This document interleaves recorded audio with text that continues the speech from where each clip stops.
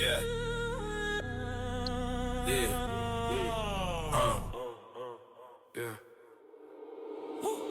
Listen that, roll it up, that shot. Dimes in the back with the back, keep it real like that. Listen that, roll it up, that shot. Dimes in the back with the back, keep it real like that. Yup, mic on, ashtray by the laptop. Big talk, tiny room, but the facts pop.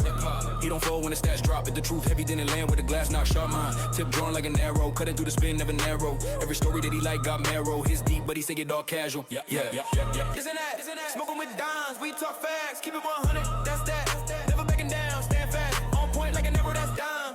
Every ball heavy, sharp lines. This and that, where the real shines. This and that, where the real shines. Yeah.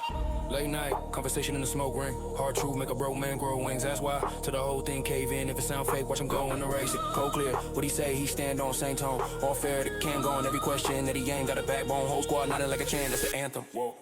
This and that. Whoa. Yeah.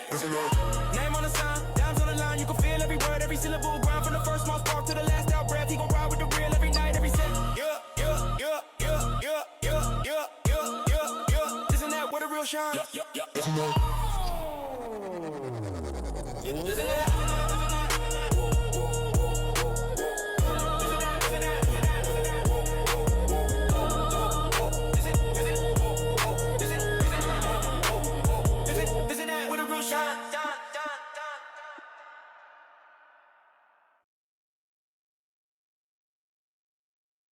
Bitch. Another episode of that This and That podcast. Tonight we got a special guest. We got the one and only, the devil of GEW, self-proclaimed. We got an up and rising superstar in this E-Fed business. Y'all may know him already, and if you don't know him, well, you're gonna know him tonight.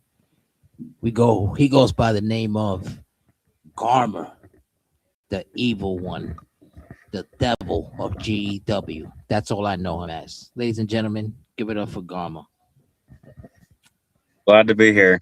It's amazing. I've been wanting to get on here, so yeah, nice to finally get this going. You always been in the chat talking, you know. Now you're actually here. Let's talk go. my shit. You know, shit. We also have in the building my co-host, ladies and gentlemen. We got Ego, the motherfucking Prince, also known as Alexander Valentine, your GEW undisputed heavyweight champion, here in the building tonight as well. What's good? Yeah, Sharing the stream right now. You ready? Universe, what's popping? You ready? Same old shit. We here. Waiting on A. Jizzle. He's gonna be joining us shortly. He's walking his bitch. I don't know if it's a girl or guy dog, but whatever it is, I got my he's mic muted walking. because I got the Midas boys in the back cooking. They in the lab. You hear them? Shut up. Yo, what happened? Shut what up, happened? the Midas boys. Yeah, hold on. Yeah, shout out to the Midas boys. Let's say, roll out, dog. Sleep, dog. We're about to get the shit started in a second, ladies and gentlemen. We're setting up. If you are live listening to us on YouTube, give us a follow and subscribe. If you're listening to us on Twitch, do the same. Follow and subscribe. And if you're listening to us on Facebook, just like the link and share it. Because you're most likely my friend if you see the shit on Facebook. So you don't have to follow because you already are. Yeah, no. Tonight's show is brought to you by the Original Taste of Coca-Cola, sponsored, the official sponsor of the 2026 FIFA Cup. Ladies and gentlemen, we got Garmr in the goddamn building. Self-proclaimed the devil of the E-Fed business.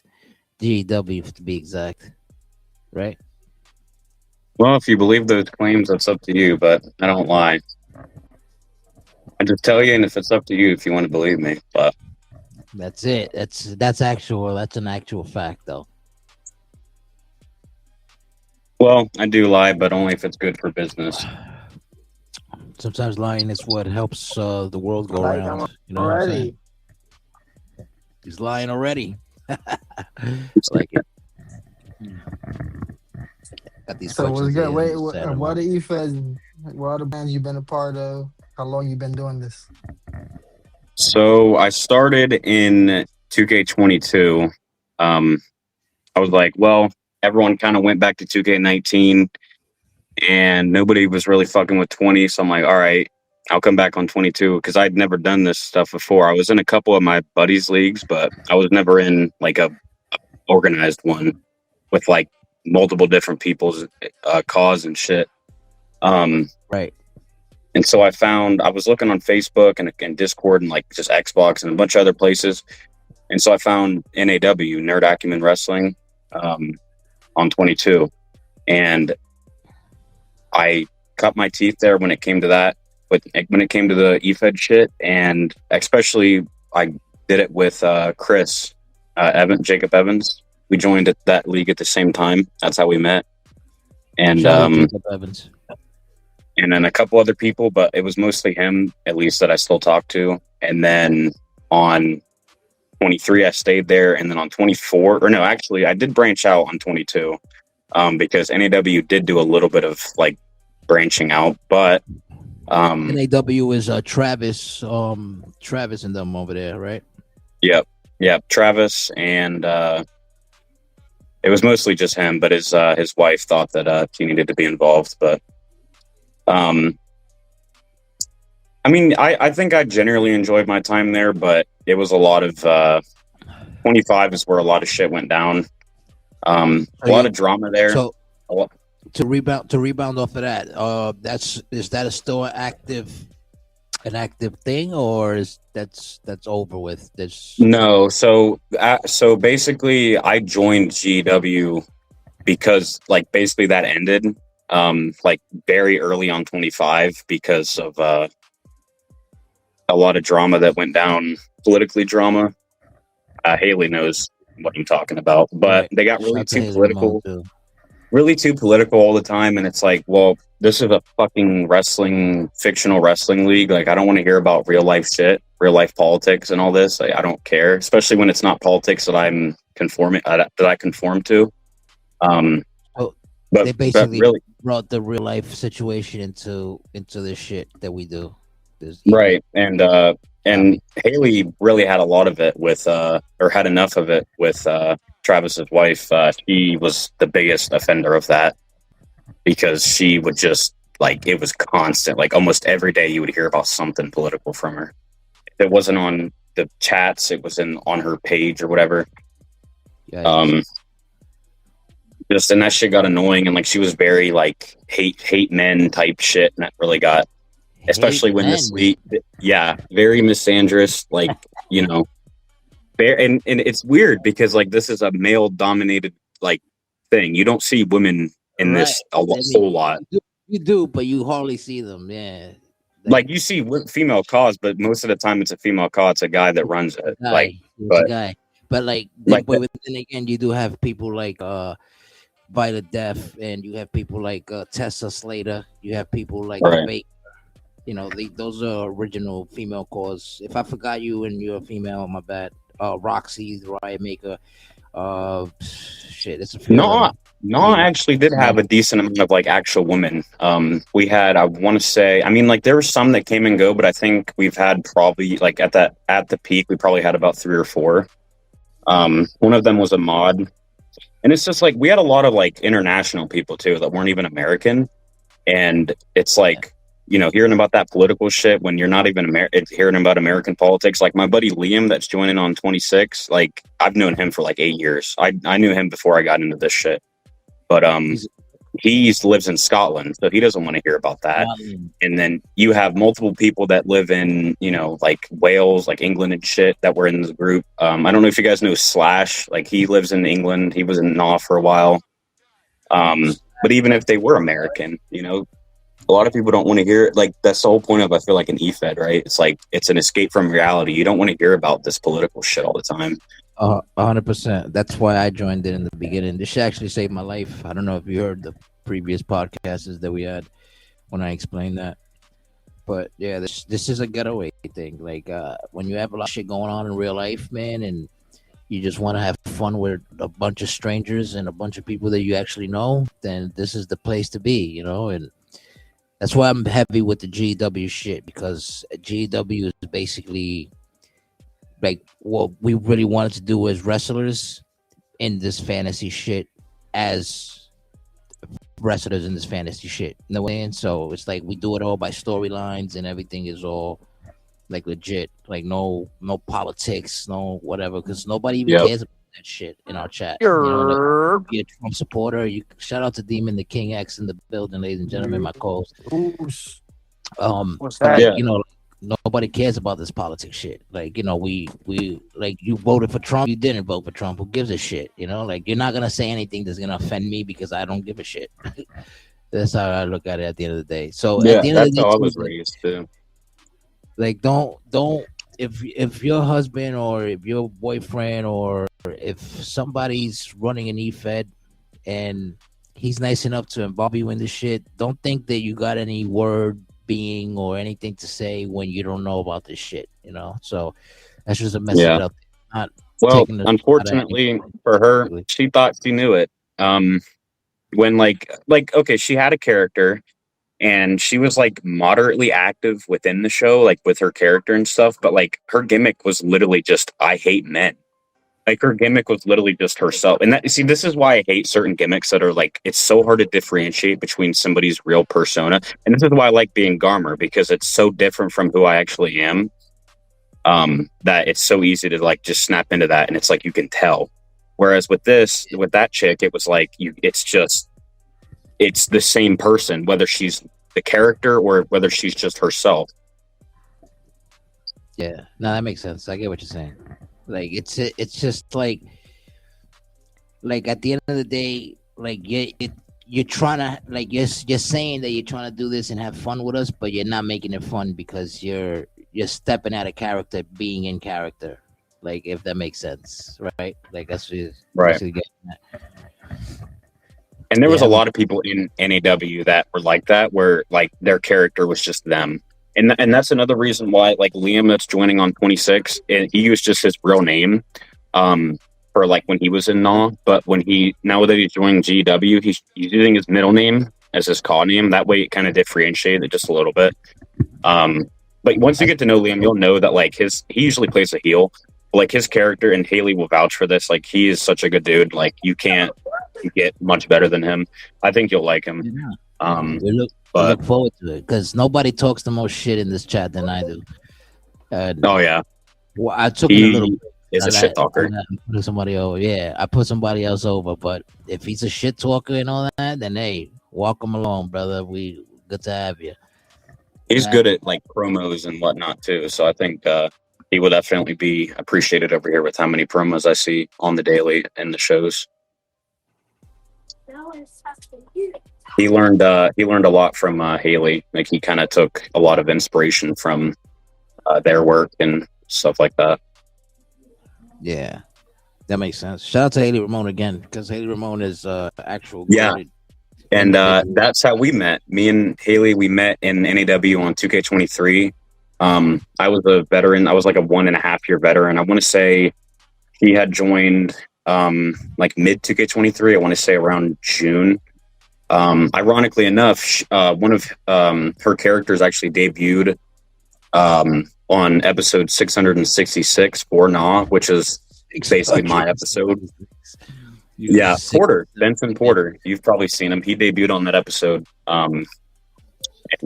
So like around that, it was like mid 2K23, we met, and I messaged him because I liked his characters. Like, Haley was the first one that caught my eye, funnily enough.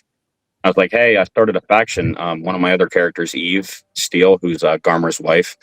I messaged him and I was like, hey, do you want to run this faction? I started a new faction. It's called BHB.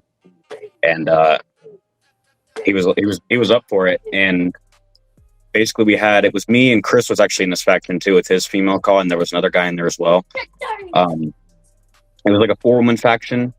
Yeah, April 2K23, that's what it was. 4-woman faction, and basically it was kind of like a goth / like bad bitch clique, I guess you could call it. It was like a mix of that.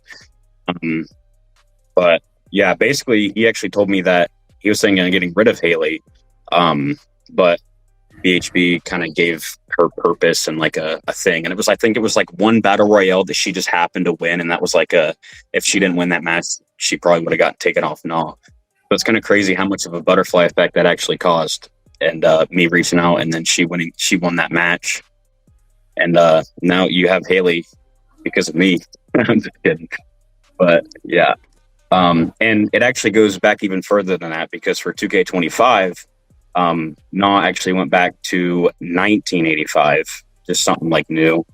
And Gemma Lee Star actually wrestled with Garmr as well as Max Steel, his like human persona. So basically, like, that's how deep that goes. Like, we have so much history between our characters, and I wouldn't have it any other way, because it literally just makes for so many like interesting storylines no matter what. But obviously 25 was also the game that introduced intergender, so Garmr has wrestled Haley's mom a few times. We are actually in a feud, but due to all that happening, it didn't really get finished. But she beat up dudes. Haley Ramones beat up Hey Da Jizzle. Beat the shit out of the ball. Yeah, she gets it from her mom, because Gemma was intergender. The whole for 25, all the titles and shit were intergender, and Gemma was like the first champion, men's champion, like women's, and it was like a world championship. Yeah, he's doing that with a Wonder Boy now too. That was he's the gay open. Yeah, gay I've seen that. So take us back to the moment you realized you wanted to do this full time, that you wanted to become E-Fed wrestler and take this shit serious full time. Like, when that's serious, it's like, when you escape reality and when you put your real life to the side and take this as your other hobby. Because I don't have any other hobbies besides doing this shit too. So forget. I would say 22. Yeah, 22 was about when I started it. I finished like a full year of it, and I was like, I kind of like this, because it was like just something different. And like I said, I was in like a buddies league where it was just like a shit ton of like his cause, my cause, and Liam's cause. But like this was like Naw was my first league that was like all the like 20, 30 different people, all with different characters, like multiple characters, and it was such a diverse world. I felt like, holy shit, this is like a whole new world when it comes to like wrestling games. Because I've never gotten into like the whole, like I never really did much with CC. I never really uploaded my characters. I've been playing these games since like WWE 13, but I never did any of that stuff. But yeah, and like I think 22 was about when I was like, I really started to get into it. And then 23 was like when it peaked. Like I think 23 was probably my peak interest in this, because that was like kind of my first, obviously not with my first league, and I was starting to get really well known there. Like I was a top guy. Yeah, it peaked on 23, and 23 I think was probably like, 23 I definitely was my favorite game when it comes to like at least E-Fed shit. Maybe not like favorite game in general, but I did really well. I agree. I think 23 was like it was like legit on point. 23. Like 23 had no major problems with like no glitches and shit like that. Mm-hmm. Yeah, 23 was a good game. Yeah. But yeah, like I think it's just like I think Naw, as much as like I'm not really like a huge fan of those people currently, was probably one of the best leagues other than like GEW I could have gotten into to start this stuff, because like obviously I met so many good people there. I met Chris, I met Haley, I met Troy, John. Obviously, that's my guy. I remember I was part of a NAW at one point. I do remember that. You brought me there. Yeah, you had like a couple matches. And to be fair, I think that's a lot of reason why people couldn't get into Naw, was because it was a lot of different like GW. It's like you kind of have to put a lot of time into it, and a lot of people don't really have the time to sit there and watch these streams like all day and shit. Because he did stream a lot. 100%, and it's not only that too. Like, the thing that really pissed me off about it that didn't make me stay there was that sometimes, sometimes like you said, you're busy doing something, you don't have time to really watch the shows and stuff. And Right. the show was based on the more you watch it, the more points you get in order to redeem for you to cash in to be in a match. So I didn't like that Yep. you had to redeem channel points to get into a show. I didn't like that even if you did do that, you had to redeem whatever amount it was, and so you get like a multiple man. Yeah. Match. So it's like 8 that's mans. Yeah. like that was Yeah. kind of like shitty, but then again, That's why it was so hard to recruit. And Haley will tell you this because it's like, well, a lot of people did like their channel redeems because I felt like you kind of controlled your own narrative in a sense. But it's also just like, well, sure, you can control what title you go after and whatnot. But it's also just like, well, now you redeemed 2,000 channel points and you're in an 8-man match that you're going to get knocked out in like 3 seconds because his sliders have the matches that last like fucking 3 seconds sometimes. Yeah. And then like it's like, and that's stupid. At the end of the day, you're basically putting your own people over. Like you basically got your favorite people that you book all the time. That I'm pretty sure these people are not always cashing in channel points in order to be in the match. You know what I'm saying? So it's like, come on, like put me down with these guys. I'm always there. How do you expect me to drop a promo or any trash talk and if I'm not even basically in your card? And I'm like, I gotta cash in. Yeah. Like that's terrible. Like it's and no fun. Another reason besides the political stuff why everyone got really tired of it on 25 was it went very heavily into monetary like means to get booked. Not like a priority, like that's not the only way you could get booked, but it was basically like, and Haley will vouch, it was like basically you could do a spin wheel, right? And the way to get the spin wheel was you get the sub or you resub. And this basically led to it basically being you would have people that would buy so many like gift subs and just have like endless title matches. And, I'm not going to berate Chris, but he was definitely somebody that did something like that. Obviously, not really his fault if that's just the way that the Travis was doing it. But, like it was hard for people to watch something like that when you have the same guy in like 4 fucking title matches on the same show. Because he's just buying, like people are just buying these title matches, and it got even worse because like as much as like the Chris stuff, like he did have a lot of title matches and shit. It was worse when you have people, and Haley would know who I'm talking about. There was people that would like show up, drop like $50 in gift subs, and then just not show up for the rest of the month, and they're booked for the whole month with these title matches and shit. And it's just like, why would you even bother dropping all this money to be on the show if you're not going to participate with the show? You're just going to drop this money and dip and have like 6 title matches. Hey, did you hear this shit? Yeah, nah, that's crazy, bro. I don't. That's why I couldn't like. That's why I didn't last long there because I probably had like 2 or 3 matches, like but and out of all honesty, I redeemed like twice maybe, and then maybe once he gave me one like on the house kind of thing. You know what I mean? Like every match I've had was a multiple man match. The lowest multiple man match I had was like a fatal 4-way in the show. And 1v1s are rare, and that's the thing too. Like the only time the older games like 22 and 23, he used to do it to where like if you won a contender, you wouldn't have to go immediately to the pay-per-view. You could just challenge the next week for the title. But that's another thing too. The title match, like you never had a reign. Like people could, especially when you had like the 20,000, you could redeem 20,000 channel points and just challenge the champion next week. You know how these bullshit AIs are. They lose like fucking paperwork. You know what I mean? They lose so easily, and it's just like when you're defending constantly, and you're having all these like multiple man matches, they're going to keep losing momentum, and obviously eventually you're going to lose your title. So it's like that got really old. Like nobody could have a reign. Like, dude, I held the NOT title 3 fucking times, and it took me a whole game and a half, by the way, to even win that shit because that's how retarded it was to be able to actually win the main title. But I held that 3 times, and I held it a combined 7 episodes, I think, which is like 7 like weekly, and like that's throughout 4 years. On 22, 23, 24, and 25. And Actually, no, I held it 4 times. 3 times as Garmer and 1 time as Max.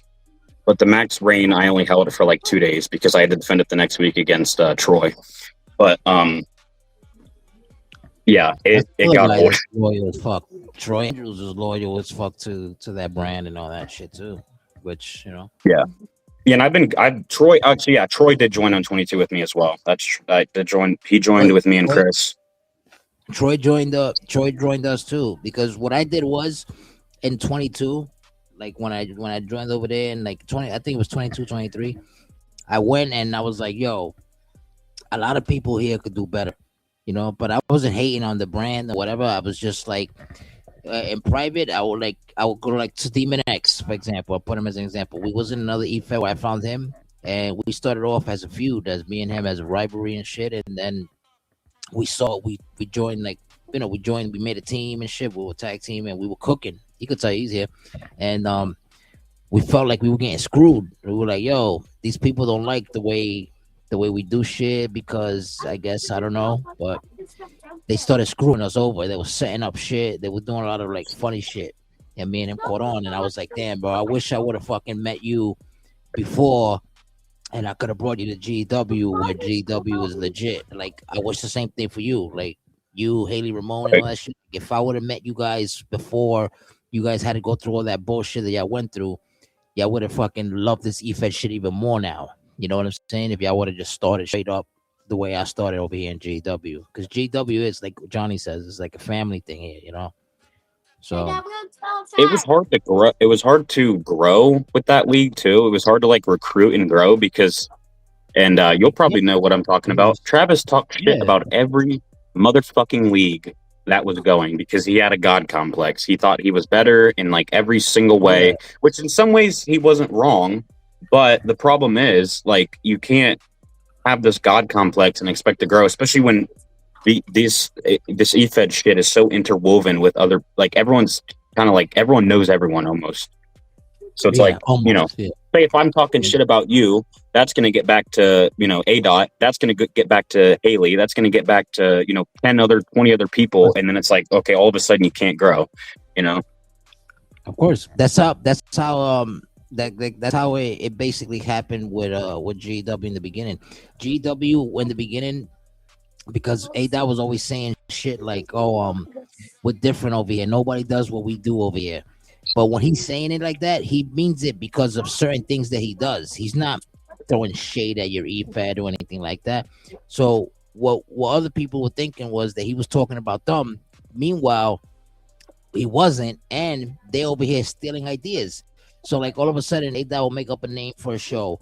Boom. All of a sudden, that show's been taken by somebody in the EFED community and using it on their shows, and it has nothing to do with global. You know what I'm saying? And then we have ideas for matches and things that I used to like throw out there online and like, you know, on the Facebook pages and all that shit, and in the live chats, like in the channels and shit. I used to say like a lot of crazy shit, and people used to steal those ideas and all that.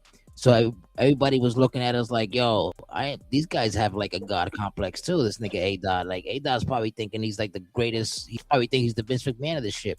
But in reality, the only reason he says he is because he does storylines. Nobody does storylines like that. They say they do, but they don't. A-Dot's show is based on everything that he does is based on storyline purposes. You know what I'm saying? Like, right. Yeah, and that was another thing in Naw. Like, there was storyline, but like the only storyline you saw was, and I'm not going to toot my own horn, but from me, from Haley, from, you know, Liam that's coming in, like Chris, like that's the thing. There was such a little influence on story.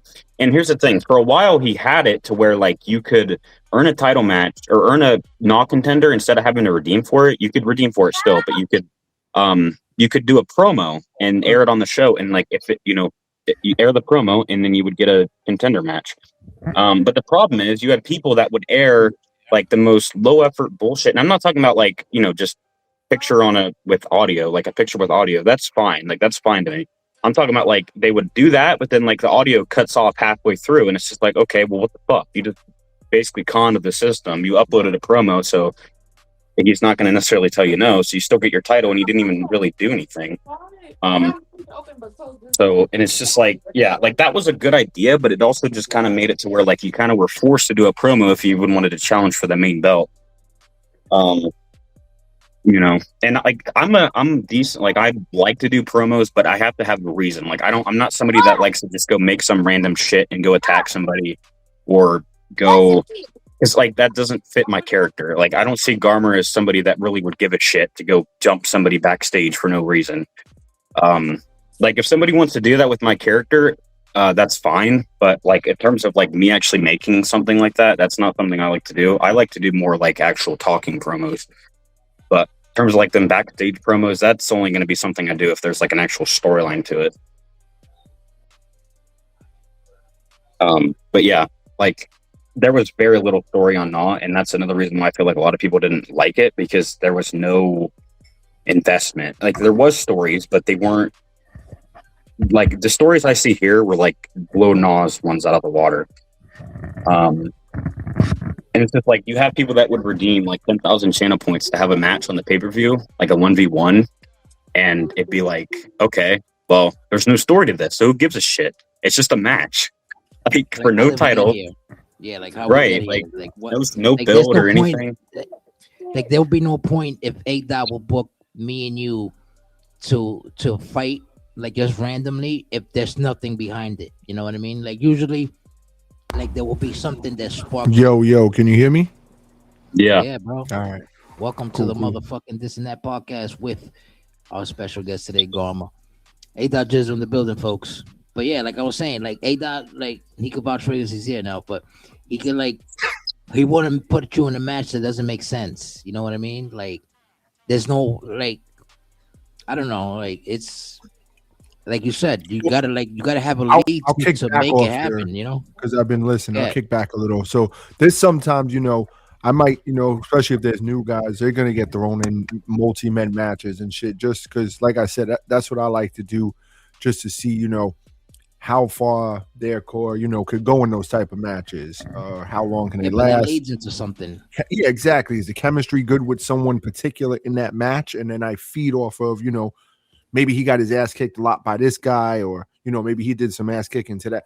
I look into all that shit just to, and then seeing if, if that guy is also in the back in our GW chat talking shit to somebody as well. And there's a lot that I do that, some might say, damn, you actually do all that shit to see. And I'm like, yeah, man, a lot goes in, like off the podcasts, off the everything, like the back and forths. Like I'll write shit down and be like, all right, I could maybe have this down the line to, really, boom, let's see what I could do with that. That's how but just to, the Fight Club is basically for that. That's what Fight Club was. It was to knock a motherfucker out for talking shit. Oh, you want to talk shit?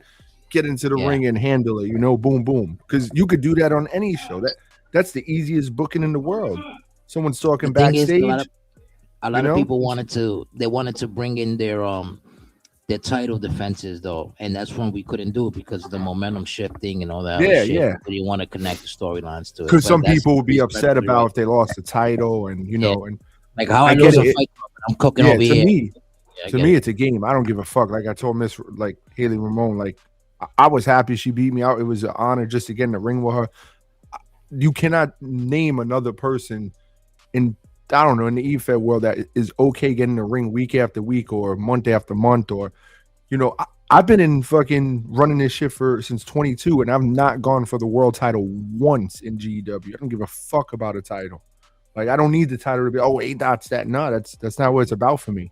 So more like a Vince McMahon kind of guy. It's not even that, bro. It's just like getting the other people behind their character in there, and like like you're the boss with a story. Like you play part of the stories too as the owner of the thing. But yeah, that's why I was so happy when Mad King lost that world title, bro. I was like, yes, like,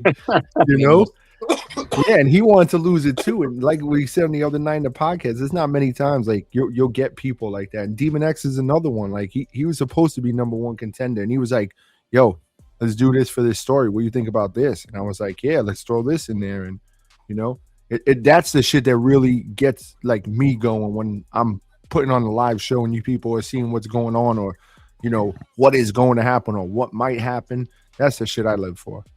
So Yeah. that's it, man. That's all I gotta say on that part. Like, I'm gonna try This to is a put big everyone moment. in certain positions to, to pop, You heard- make a pop. Did you hear what where he originally comes from and how they used to run their Oh league? yeah, that's Where he that's came from? crazy. I don't even know how y'all lasted that long in there. Shout out to I y'all for lasting that long. really okay. Yeah. So with that, it was like mostly. I think it's just because I didn't know of any other leagues. Like I had even when I was in that league, I had viewed like other shit, and I was like, I mean, this show doesn't look bad, but I'm like, I don't really like how they book. I don't really like. If it's also because, like I said, a lot of these leagues are interwoven, so it's like you go to one league and it's like okay, go to another league and it's the same people and they're just different titles and shit. But I think it was like I think me and Haley, what we kind of liked about that league was the fact that you could kind of control your own. You basically just did whatever the fuck. You know what I mean? If you want to go after the mid card title, go after the mid card title. You want to do a storyline with that guy, do it. Go after the world title. I don't have a problem with that over here either. Just make it make sense. Like I don't want to sign a new person sign and be like, oh, I want a world title shot, because you could do that anywhere, And then people, what do you, for a lot of people, or even just in general, like you win the world title, what's next? After that, they might completely lose the interest in the shit too. You never know, because their main goal, a lot of people's main goal is, oh, let me just win that world title wherever I'm at, and I did what I had to do. You know how I feel about people that basically come out of nowhere. They're a new person into this EFED, but they're not new in this EFED shit, right? So the thing that gets me tight about that is like, just because you are a world champion wherever the fuck you come from before you got here, doesn't make you a world champion material here. You get what I'm saying? Because that should be like that everywhere, though. I've been saying that everywhere. No, but everyone's just there's some people that don't run like that. They run their own shit there with different ways. But like, for example, I get what Garmer's saying. Like, hey, I get to, and I have no problem. I always tell people, hit me up. You got an idea? You want to go for a title? Like, I don't know if he's in the chat right now, but the new IC champion, John Wigginton, I hit him up today and I was like, yo, Wigginton, I got a dope idea for you, and I ran it past him and I said, now I want you to control how you want to do this. You're the champ, but this is going to be the first time we're seeing this from the IC champ. And he hit me back with some crazy good feedback. And I was like, let's do it, man, whichever way you want to do it. So, I'm always looking forward for people to hit me up and, branch out an idea. And I get a lot. And like I said, when I'm live too, I'm like, yo, don't worry. It might not happen tonight, but it give me time. I'm gonna get it into rotation so it can make sense and play. And so I'm all for the ideas. And if you want like a particular title, cool, we could rock, definitely, man. We could definitely make something happen. That goes for anybody, It's just bringing out the people, because a lot of people also don't know that they have that creative mind. And that's a big problem too. They think, oh, my idea sucks. Nah, the idea don't suck. It just, we got to make it play into the rotation that the show's going and what 2K is doing. Because, we give someone who lost 50 matches in a row, like Psycho, a world title. What sense does that make, Nah, shout out to Psycho. I just had to throw it out there. I'm doing something. I'm doing a project with him because I'm like, you know what? He reminds me of somebody in NEW. He reminds me of Wolvie Icon, who kind of like everyone picked on him. And I'm like, you know what?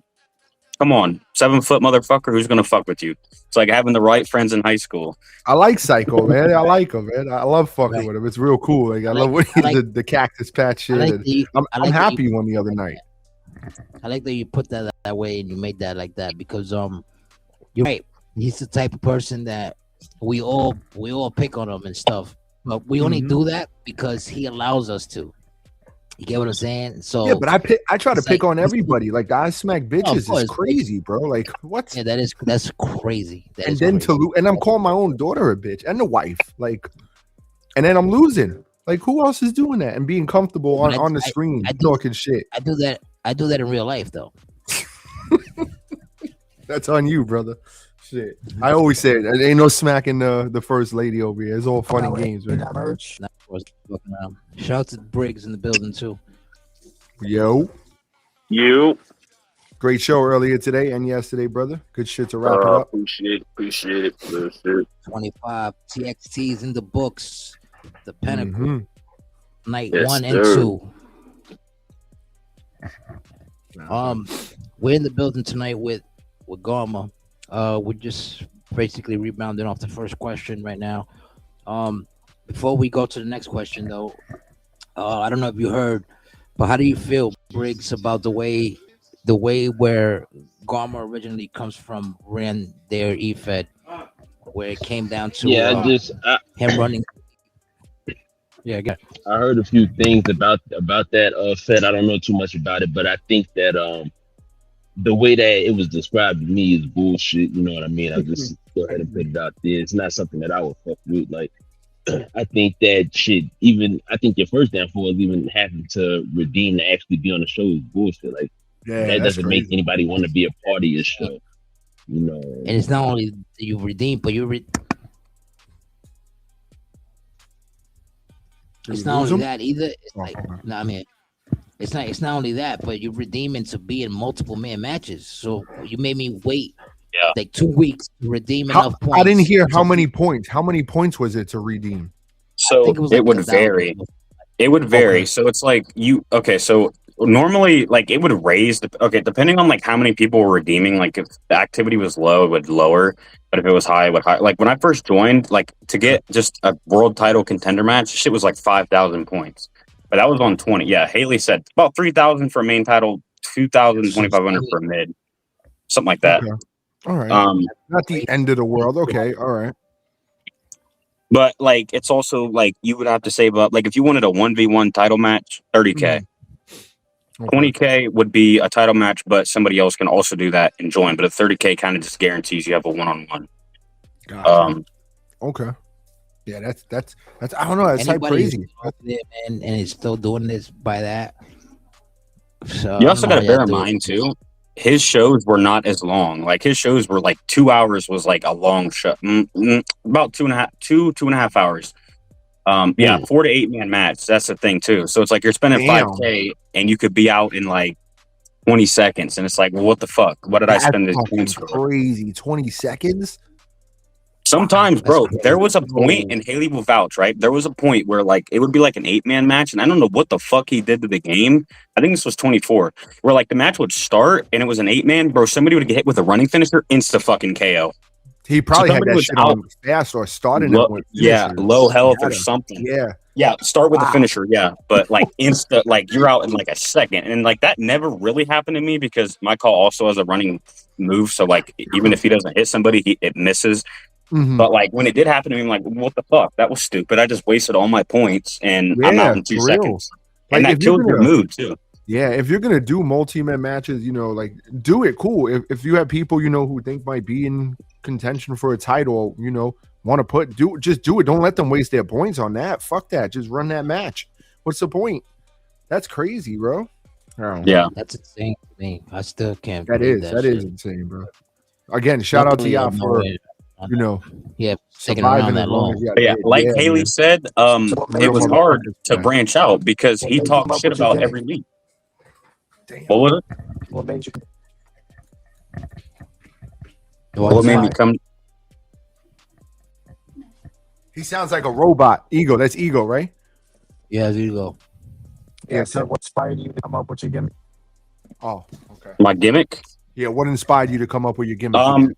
So it's a lot of combo of different things. So I watch a lot of shows and a lot of different stuff. Like, so originally I got the gimmick of Garmr. So Garmr, like the name Garmr and like the actual being of Garmr, is from Norse mythology. It's basically like the Norse Cerberus. But the actual gimmick, like, that's where I got the name. Us non-nerds, what's that mean? Because I have no idea. You know what that is. You're all over TikTok. Cerberus is like Hades, like the devil's dog, basically, the 3-headed dog. Nah, I'm fucking around. I know it was. I just want you to explain, that's all. Right. Okay. And then I watched Lucifer and Supernatural. Those are the 2 shows I get a lot of my ideas from. But the idea of the devil, I was like, you know, it was kind of something I was 50-50 on because, like, I didn't know how people would really react to it, especially when I joined like the bigger leagues and stuff. And I was like, well, devil? Yeah. And Man, fuck that. Do what you feel, bro. Shit. right. Well, the thing is, right, I'm a Christian myself, right? So that's why I Yeah, was 50-50 with it. Okay. So I'm I got like, you know, but I also feel like it's separate, right? That's Mhm. completely separate. It's a video game, it's a character. It's Yeah, not live that fantasy shit, bro. You know, do something right. different, mate. And then that also, like I said, that helps your creative mind as I well. wish. That's right. Exactly. Yeah. But yeah, so basically I kind of like took inspiration from like Lucifer and Supernatural, and changed, you know, certain things like obviously a lot of you've probably heard about the story of Adam and Eve, about how like all that stuff. A lot of my Yep. stuff originates from biblical stuff. Like, for example, like Adam and Eve, and then Lucifer had the whole shit with Eve as the snake. That's how Garmr and Eve Steele, who Haley will know, ended up. That's like my wife, and Garmr and Eve are like a couple and shit. That's fire. And actually, their daughter is who I'm going to use on 26 as my female, Isabella. Okay. But yeah, like I kind of just got inspiration from a couple different areas, and I kind of just tweaked it to my own kind of liking to make it more my thing, but with like inspiration from somewhere else. And then I have Max Steel, who is Garmr, but as like a human form. That's mostly supposed to be kind of like me, as basically just like Jack, more jacked, I guess, because I'm big in real life, but like Garmer's human form is 6'8", 300. I'm 6'2", 250 in real life. Okay. But You're fat Yeah. or you're built. Pause. This nigga's an idiot. Right? I was gonna say it too. I was gonna first before he said that, I was gonna say, are you at least you're not like Psycho 5'2", 240 pounds, a giant. You know? So, that was, you know, but yeah, this man's an idiot. Are you fat? Are you fat? no, I'm tall. He's fat. Yeah. Oh man. That's great. That's fucking awesome. I fuck around. I only do that shit to fuck around because I used to be fat back in the days too, and I guess I grew out of it. But He looked like grew Winnie out the of Pooh being on the fat. block. You heard? He looked like Winnie the Pooh on the block. That nigga said I wasn't grew like out that. of being fat. yeah, That's great. You special, bro. I tell you that much. You didn't know that already, man? Come on. Shit. different. Yeah, shit. I grew out of that shit. I like to like, you know, you gotta like do controversial shit like that. Like I always like to like say shit like that, like to shit on people like Tyler Jones or RJ Marshall. You know, I do that shit because like they do it to themselves. So I just like I like to like shit on them like that when it comes to shit like that. So, but besides that, I don't care. Like, bro, do what you do. You know what I mean? Do what you do. All right. But yeah, let's get to it. So, second question: what's been your considering we already know where your gimmick come from? Before I even ask this question, let me rebound off the gimmick question. That gimmick is a GEW gimmick, or you had that gimmick wherever you came from, like before? So yeah, I've had that since 2K20. Originally I just used Max Steel as my gimmick, but then I was like, and I never had that whole devil stuff in like within the storyline to begin with, but it kind of was something that I just added in as its time went on. But I started it on 20 because kind of the whole thing with Max and Garmr is that Garmer's like the inner devil, and like he basically just hulks out and shit. He gets bigger, heavier, a little bit bulkier. And yeah, so I've had that since 2K20, and then I took it from 2K20 on my buddy's show to NAW, and then I was there for 4 years. I actually joined NAW when I was 15, and now I'm 19. So I was there for a large. You're 19 years old, and Yeah. you're fat. 19. Oh And my he's fat. goodness! Wow. No, I'm fucking. Don't listen to him, man. Don't listen to him. Yeah, Yeah. like I said, I'm doing this shit to fuck with you. But, Damn, you're only 19. That's fucking crazy. Shout out That's to you, great. That's man. Yeah. good stuff, though. No, you know So why I that say means shout out to him? Because Wolf he knows James how is to not the separate youngest. it at 19. Yeah, he does. He does. and he knows You how to got make a joke. fucking I've been grown shit ass on men who TikTok can't already. separate it. So yeah, Good shit, bro. Yeah. 19 years. I'd like to brag and say I'm definitely ahead of the game when it comes to. I mean, I was doing this shit when I was 15, 16. You know, with grown men. And dude, like there was people that like I would play the character so well, and I don't know if Haley was around. Actually, no, Hitman will know. King Phil was This nigga's very pissed off at me when I played. I got in my head. Actually, it was with Isabella. I got in his head because Isabella was like a little 5-foot girl, and he had beaten his chick, which was like this big like mixed chick. She was like 5'8", 5'9", but she was like heavier set, and yeah, I think that really pissed him off, and like a couple other things, and yeah, Hitman's laughing. So yeah, and he was like he's not that much older than me, but like at the time I was 16, and yeah, Hitman 60, yeah, he was pissed, bro. He was mad. He sent me all this shit. He was calling me the N-word and shit in my DMs, and I'm like, bro, what the fuck? Like, chill out. It like Ty from Naw actually came in. What's the and N-word he was saying? like, say the N-word he was saying. What was it? Nah, you're baiting me. This dude is a fucking asshole.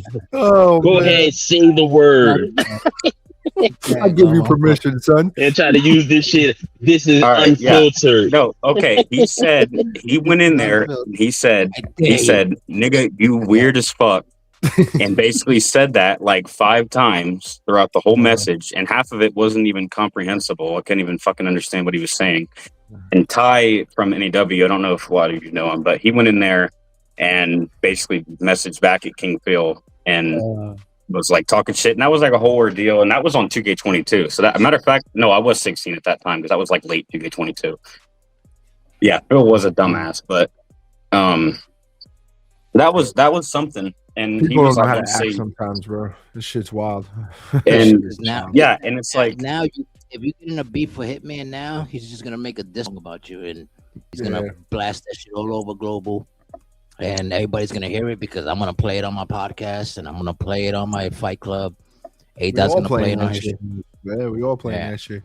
You actually, Hitman, you know what's funny too? Phil actually wrestles in real life. I've been training in real life too. I do train in real life, but he wrestles in real life in like fucking Iowa or some weird ass state. But he actually uses the ring name CJ Frost. Oh my god, CJ Frost. Is that the dragon? You talk about the Yeah. Oh my god. You talk about Corey. No, it's not the same dude. Oh, I said that. Boy. No, like yeah. So Corey gave him permission to use. Yeah, Corey gave him. Yep, he told him to use it. He said, "Use CJ Frost," and that's what he uses. I would have been like, "You dead on this name? It's my name now. I'm CJ." Too many Frost. cat dogs around here. I'm the new CJ Frost, and they believe in dragons. That's crazy. Shit. Yeah, that dragon shit's crazy. But shout out to CJ Frost though. Nah. What you call it? What you call it? Now that we got that established, what has been your biggest journey so far in your eFed career since you've been doing this since 2K20? And let's not forget that 2K21 didn't exist because I guess. Well, no, I've been doing it since 2K17, but 20 was when Garmr actually started. Right. So then from when Garmr actually it's catching started, up to that boy who's been doing it for 15 years. You better watch out. Yeah, I've literally done this since I was 12, 11. So yeah, I've done this a long time. But obviously I didn't start doing actual like eFeds until 22. So you had bigger challenges as Garmr, or you had bigger challenges as Max? Honestly, I think my biggest challenge was actually this year after I left Naw. And like, you know, don't get me wrong, I love GEW, right? But my biggest challenge was that shit that happened with NEW really like put a burner in my mood. I was not really interested in a lot of shit. Mm-hmm. It kind of killed my whole mood for it. Yep. Like all that shit that happened. And I'm like, well, you know, I like this GW shit. This is cool. Obviously, I won the title pretty quick. I beat Mad King's stupid ass. But yeah, I won that title. And then I took a break. I I took a break for a while. I think I was still on there for a little bit, but yeah, I had a lot of shit going on. And then obviously I came back start of this year. Always handle your real shit, bro. You don't have to worry about that.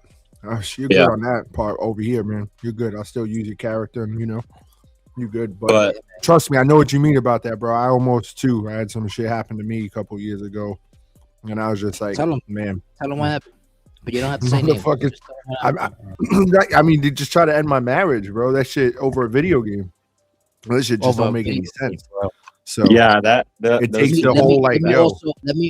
Let me also add the fact that the people that did this to him are such a piece of shit and scumbags. We're not mentioning their names, but they're so fucked up that he let them in their house, in his house. Yeah, first lady cooked for them and everything. To meet his family, like personal family members, like your daughters. Hooked them up with shit, everything, all that good shit. You blessed them with stuff. Also, you had my lady cook for you and all that shit, bro. That's disrespectful, bro. And then you go out over video game beef. You go out and make shit personal, and you start talking personal shit on the air and all that. Like that's crazy. Like that's crazy, that's some shit. The crazy part is that not worth it, bro. I got too much to lose for some fuckboy shit, hit man. It ain't worth it. That nigga Zay was ready to cross the bridge, bro. He was ready to go. Savage too. Hands on Savage. Savage was telling me that he was dying for him to like run into the motherfuckers over there while he was out there with you.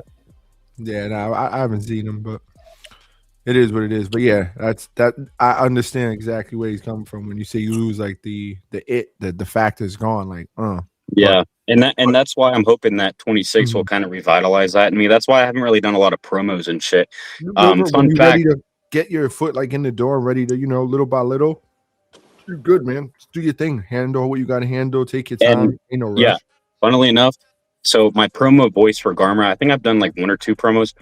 My promo voice for Garmr is just my voice, but like pitched and slowed because I like my voice is deep, but I want it to be like just that little bit deeper. That way, I was just gonna say that. I was just gonna say, like, for a 19-year-old, you gotta pretty much like a Pop Smoke kind of voice. Like, watch out, he's on his Diddy shit, Garmr. Watch out. Oh, wait, fuck no. What the fuck are you talking about, Diddy shit? I don't drink no Diddy shit. I know Diddy juice here. Matter of fact, I got Irish whiskey. I got some Jameson. St. Patrick's Day. End of the day, though, you gotta have fun with it, man. And for me, like what drew me like a little like stayed around and kept going was these motherfuckers, bro. A lot of these motherfuckers in the community. So yeah, and you know what? That's the thing is I'm glad that there is a lot of people because that's another reason why I find it hard to get into like leagues. I like to go to leagues where I know at least like 1 or 2 people there. Like me and Haley actually went to a couple leagues that like we would tag team Haley and Isabella as like a tag team or whoever else we would use. But like there like we would be there for a little bit, but then it was like we weren't really feeling it. So then we would leave. Or not really like leave, but just stop showing up. And we did that for a little while, but then it's like I joined some of these other leagues and I'm like, okay, this is all right, but just nobody here I know, and like a lot of these people are kind of boring. So and that's why I like this here because I have Chris here, I have Liam, I have got Hitman, I've got obviously Haley, DBD I know of. Like I knew, and here's the thing too, like even the people that I didn't know, I knew of. Like I don't think I really heard of like a couple people here, but like I knew of at least like probably a solid 30-40%. At least I had heard their name or like seen their call at some point. Yeah. Now you know another crazy story is like I think it's been like 2 years, right? That Mrs. Ramon was supposed to join us, but she didn't join us. Like, she kept saying she was gonna join us, but she didn't. And I'm not the type to go be knocking in your DMs like, yo, you're coming over here, motherfucker. What's going on? What you doing? Travis in NAW, he was really like, he was very territorial with people that were on his show. Like he said he wasn't exclusive, but the way that he would act when you would join another show didn't make you think that that was a true statement. Because like Haley went on like her little world tour and shit and like would go to like these different leagues and whatnot when she was still in NAW. And he was very like not a fan of that. He was like, "Oh, well, our views are down and you're going over here and they're getting more views. And all that motherfucker cared about was What the views. Yeah, nah, it's not me. And it's just like, I get it, right? Because it's like, you want your show to do good, it's if it's Yeah. going down, It's but gonna do as good as you make it do good, bro. You can make your show Right. fucking, you got to have that feel for it, I don't give a fuck if someone across the world or whatever don't watch me or whatever. And that's what I always say. Like, for me, I get his point too. Oh yeah, watch our show, boom, boom, of course, But end of the day, there's 3,000 or more fucking e-feds out there, bro. People are gonna, they want to see their guy fight or their female fight. That's just is what it is. Some people ain't in it for, oh, let me just stick on one show. They want to be all around, like the DVDs. They want to be everywhere, got to be everywhere. His name, it's just, it is what it is. As long as you don't fuck with, there's like two, really, I really don't, maybe three, don't fuck with, because like I said, the personal shit, I'm good. Like, cool, do you, whatever. I'm just not the type to be watching everyone else's show. That's just me. So. Yeah, I don't like, besides this and like ASW and TXC, like I don't fuck with any of the other ones now. Like this is literally like, because this is so many like leagues in one kind of like bunch. This is basically just my kind of realm. I don't really go anywhere else. Like there was a couple leagues that I was back and around and shit like that. In but all fairness, like I was in, my bad to cut you like off. I was in all fairness, Jackson's the only league reason I was for a while. everywhere. But The only reason I was everywhere was because it was promoting GEW. yeah, and that's the thing is Travis was also very anti like promotion. Like you couldn't promote unless there was like a specific deal in place that it was like a thing. Unless he fucks with you, or unless he was like part of that. Which was E-Fed too, basically then nobody. it's cool. DVD was friendly everywhere. Hey, I'm DBD, guys. Look at me. You can come watch me over here, but I'll beat your ass over here. That was DVD, bro. That's how you know you're lying, because I don't even talk like that. That's not even my voice. He got tight. He said, "Hold on, man." Oh yeah, Mr. and, Ramon, you hold good, man? You already know. let me ask you guys a question. Do you guys know Jag? You should know Jag. Oh, don't even Okay. get me started. I was actually there for a while, but like It's barely, Briggs' right? man. But Travis and him like hated each other's guts. Like I'm talking like he would basically, Travis was message me like basically almost like every other day and be like, hey, look at like, why is he getting like 500 views and we got like 50? And originally I was like, well, that's kind of weird because his shows are shitty as fuck. They don't have any substance to them. They're just this shit with no camera. It's basically like I'm watching universe mode. I can go recreate this on my console right now in 5 minutes. Damn. But like, and then it's just like, well, it's probably because he promotes and shit and you don't have any connections and all this shit because you cut everybody off and nobody, like you have a god complex or wolf in sheep's clothing. You're more the devil than I am, motherfucker, and that's my gimmick. You're stealing my gimmick out here. Like he was Hitman literally, says Jag paid for the views, like some other. yeah, that's what we thought. That's what. And to be fair, that's what my original suspicion was because, like, how the fuck is somebody getting 3,000, 2,000? I don't remember how much it was, but it was a shit ton of views on an eFed VOD. Like, not even like, and you look at his streams and he's got like, I don't know, maybe 15 viewers in there, and it's just like, how does that add up to 3,000? Like, what the fuck? Like, is somebody like bought it? Like, it had to have been a bot. I remember fucking Hitman says he's seen it. I remember some shit. I forgot who it was. I don't remember the name. The DVD.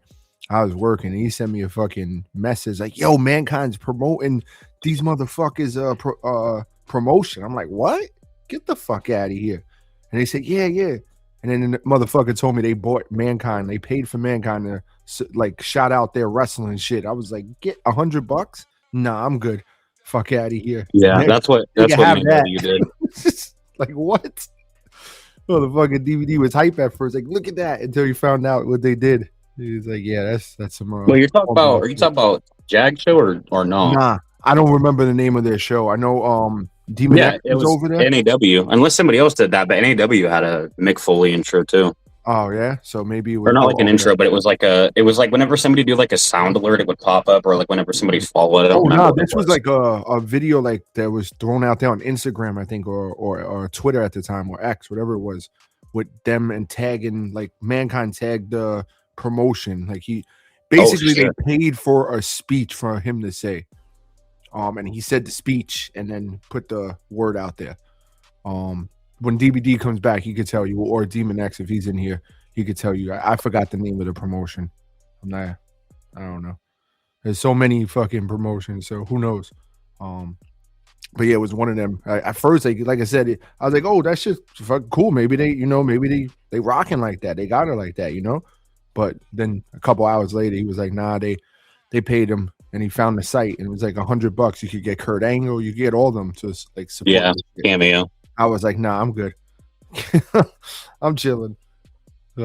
Now some people just, I don't know, they need that to boost their ego and shit. I mean, like I said, the people I don't rock with, they basically, Bombshell will tell you, I think, and Robert J, if he does come back, who's with us, they were over there for a while when I wasn't like streaming, and they said that they were running everything that I ran in my first like year and a half, 2 years over there in their first like year going.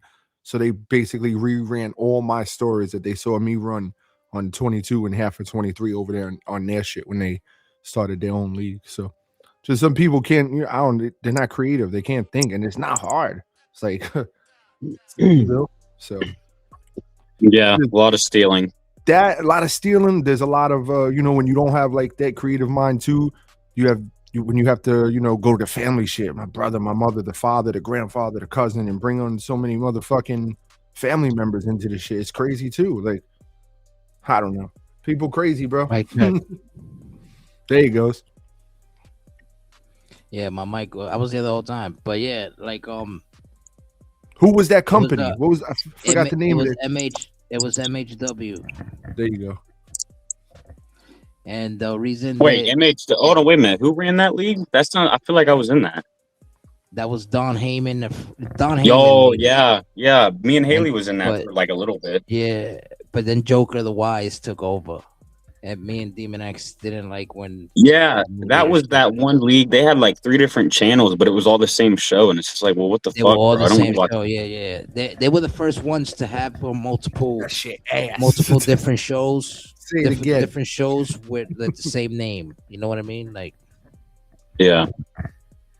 Shout out to Mr. Greatest. He was like a legit real person from there. He's over here. Yeah, he's chill. I just tagged him on the Discord, see if he coming back. I think Tony. I mean, yeah, I don't have a problem with those guys. I just didn't really like how their show was. Yeah, I didn't like that they did this thing where it was like a Jewish guy bought their company kind of thing, and they were like they wasn't booking anybody no more. They were like separating people. They were making storylines for people. Like, how A Dot will tell you right now, hey, listen, I got a storyline between you and DVD, right? So the storyline is not based on what A Dot is going to tell us to make the storyline. The storyline is already there. Now we, as the characters, have to make the storyline. You get what I'm saying? So A Dot will just give us like, yo, you guys are this next storyline. Now work from there. You get what I'm saying? Or like he'll start it off by doing something, and then our creativity will take it from there. You know what I'm saying? But over there, what they were doing, they wasn't doing that. They were sometimes too. Like, I mean to cut you off, but sometimes I'll go to people too and be like, yo, 2K kind of fucked up, such and such, blah blah.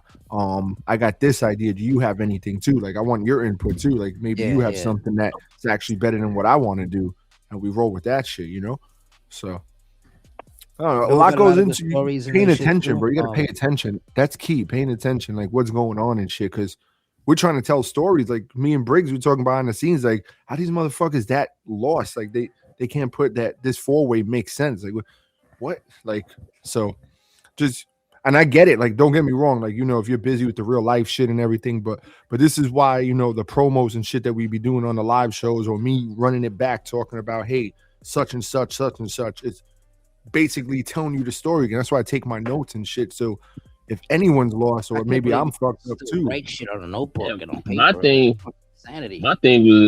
is not even the fact that even if you don't catch it, you can always just ask the questions of how we get here.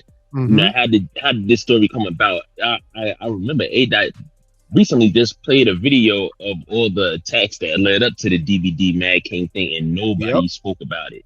I'm assuming nobody paid attention to it. So when somebody says something like, "Oh, this doesn't make sense," how A-Dot just gave you the path of how this makes sense, of how we got But it here, didn't why make- this but it- match, but why it this did part of make the match sense. makes sense. Yeah. So that's my thing Long-term about it. If people ain't storytelling, paying bro. attention, all It's you gotta hard do to is do, just but Yeah. we're doing it. Shout out to all you that was like that big ass story, bro. It's like still like kind of like it's in play still, and especially Oh, like yeah, with some definitely. new moving pieces and shit going along too. Like, sheesh. I wish you would have had my promo, man, for the global disaster. Fuck, I man, wish I'm- so too, but you should have sent it again, bro. You really should have. I sent it in 2 different pieces just to make sure it got to you. It didn't get to me though. That's the problem. I would have played it. I played everything else. Shit. I know. These motherfuckers saved night 2 of Global Productions of Global Disaster. I Shit. did pretty good on that one. That's why now I'm fucking. It's like a waste because now I can't even use it. 40th anniversary. Flip it. Tesla Slater. That's what we got. We gotta get So- her in the ring. I can't wait for Tesla Slater. She gonna walk me Slacking, down the she ring hiding. and shit. She gonna take my shirt off. Groundhog Day for her. She like another 6 weeks. What did this man just say? Take his He's gonna shirt. take his shirt off. She gonna- you remember how Gold does? He's to like pin people and shit. She gonna pin me like that and all that. Watch. All right. Damn, if niggas pin me. It's like answering that. questions. That's crazy. But anyway, let's go. Next one. Yeah, hit man. You had some fire. Garmr. shit. Garmr. Yeah, How would yeah. how would you describe your wrestling style and who influenced it the most? It could be real life or legends, past or present. Okay, this is a good question. I would say so. If you've seen my character, it's like a big motherfucker. He just tosses people around. He runs into people, just straight up, fucking runs straight through a motherfucker. Like basically just powerhouse. I don't actually use that giant shit. I think it's stupid. But like powerhouse Shout out to striker. You're the only giant that I haven't seen use the giant build thing. You get it? Yeah, I think it's corny. He is a super heavyweight, but like that, so he gets weight detection and whatnot for like simulation. But yeah, that giant shit, I don't really use it. But right, so yeah, like giant heavyweight, kind of like I would say inspiration would probably be like real life would be like Brock, my favorite wrestler of all time, Undertaker, Kane. Those are probably like the big. Ugh, Brock. Ugh. Those are the big three.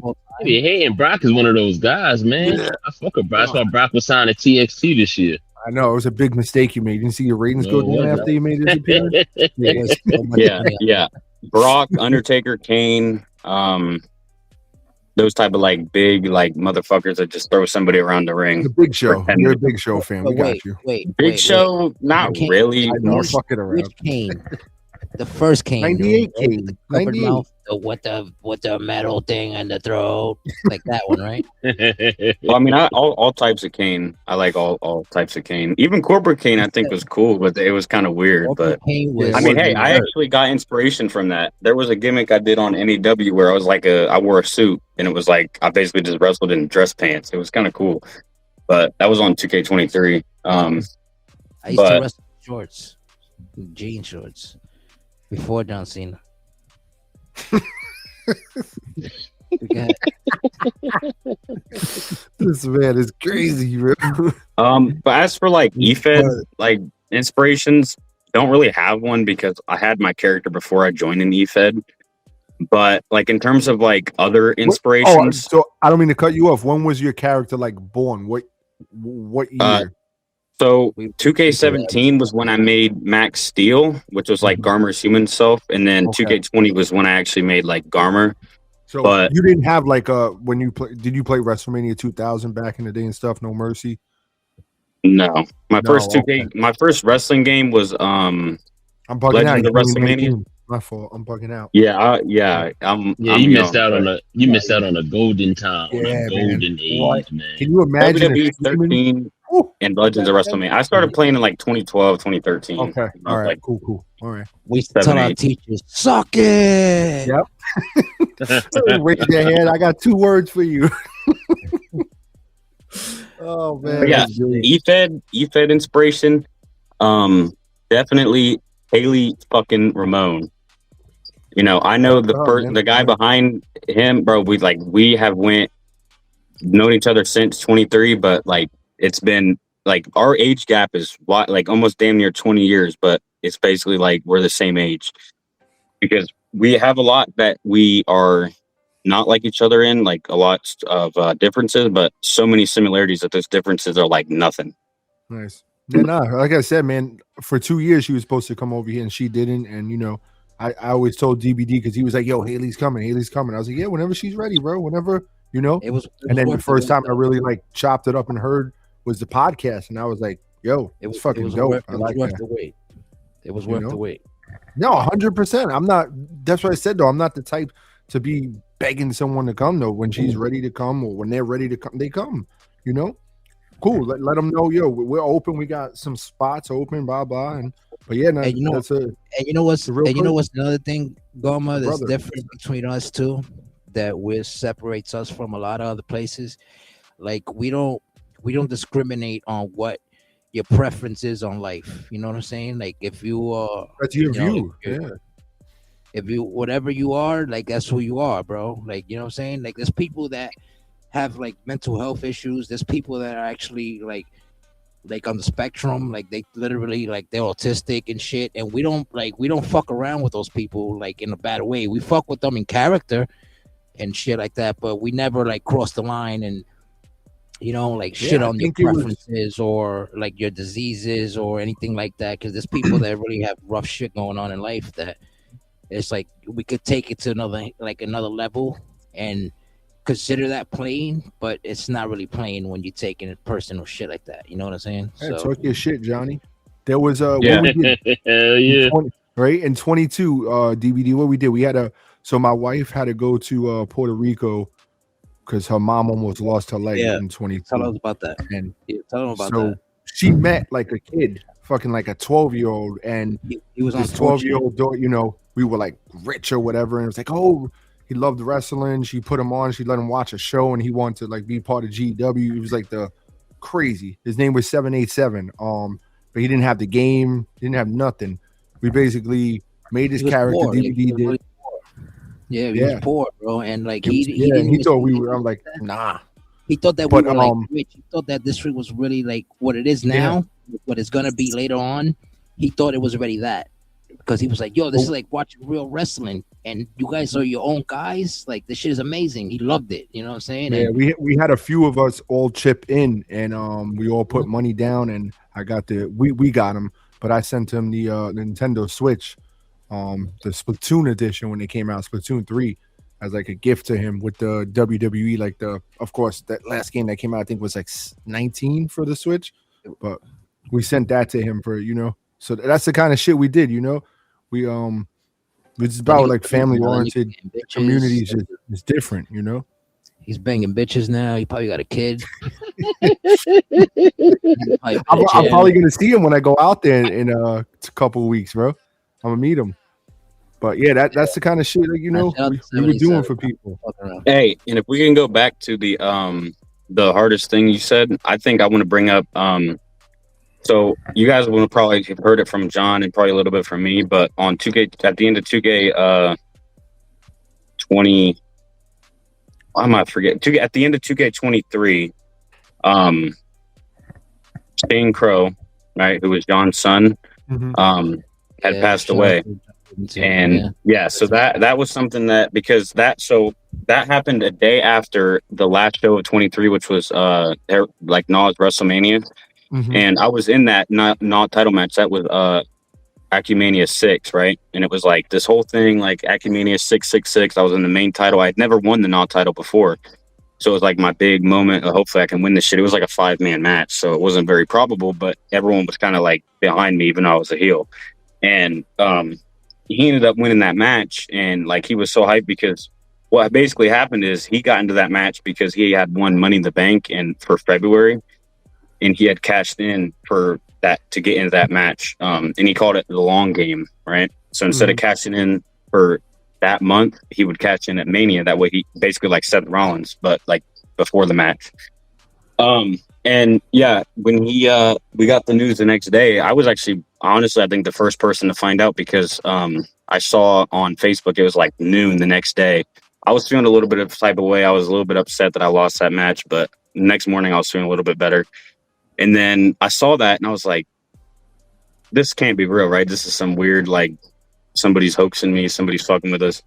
And it was like his like step aunt or something like that. And I go on her page and I messaged her. I was like, hey, everything good with Shane? And I don't really exactly remember what she said. I'd have to look, but basically, like, long story short, she said that he had passed away, because that was what her post said. But I was like, what the fuck? It doesn't really make any sense. He just won the NOS title last night and now he's dead.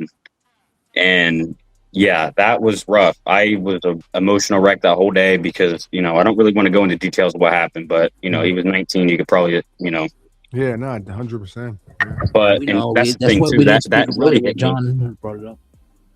because I was 18 at the time, so I was younger than him.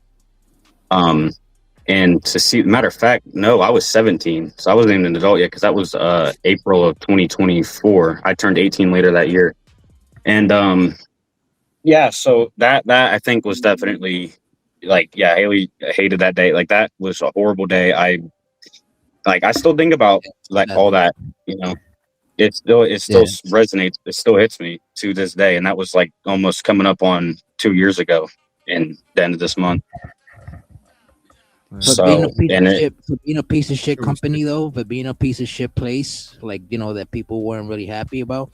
That's a big thing that you got to give them a shout out for the fact that they showed love and they, because he said that they gave him like a, or what do you call it? They gave him a own show, like his own tribute kind of thing. yeah, So, that was nice. Liam actually made that. I believe I sent it to ADOT, but and ironically too, he messaged me. Haley said, yeah, he messaged both of us the night before, or it might have been like 2 days before. Or no, he messaged me after, so like probably not even 24 hours after he did it or before he did it. And he was like, because he had never beat me in a one-on-one match. Every time we faced, I beat him like 4 times, and he never beat me. And after he beat me, he messaged me, or after he won at Mania, he messaged me. He was like, 4-1 LMAO. Does it count?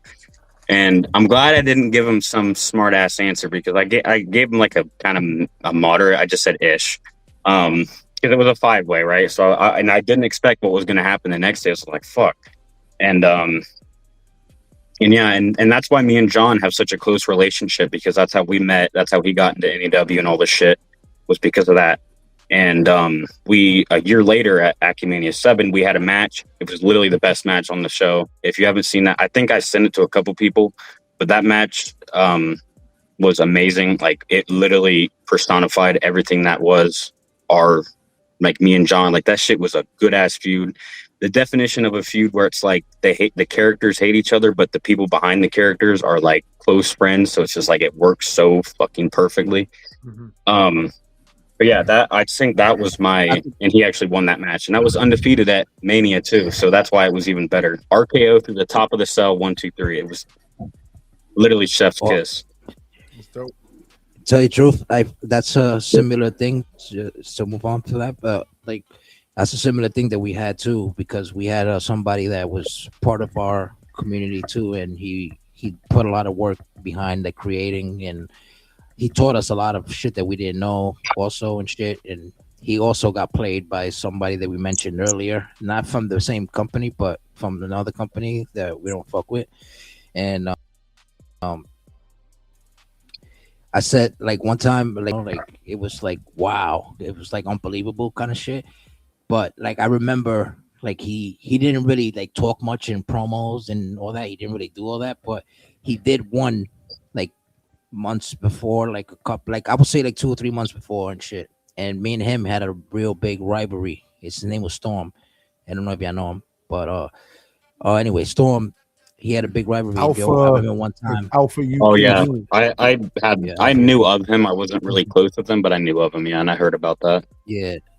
And so he said some shit that he was like, because me and him in the feud. So I remember I felt bad because I said it, and I was like, because I didn't know that he passed, but he was like, oh, the only way you're gonna get this title is over my dead body, right? And he passed, and I said the shit in a promo, like, you know what I mean, like on some like, oh, I'm gonna take the belt off your dead body or some shit like that. Boom, and I couldn't even like I didn't even want to like acknowledge the promo anymore. Like, you know what I'm saying? Like, just for the fact that I said those things, and it was just unfortunate that it happened. That, you know, that he passed away a couple months after that shit. You know what I'm saying? And like, I always felt like shit about that. Like, I don't know, for some reason I felt like I shouldn't have said that. You know?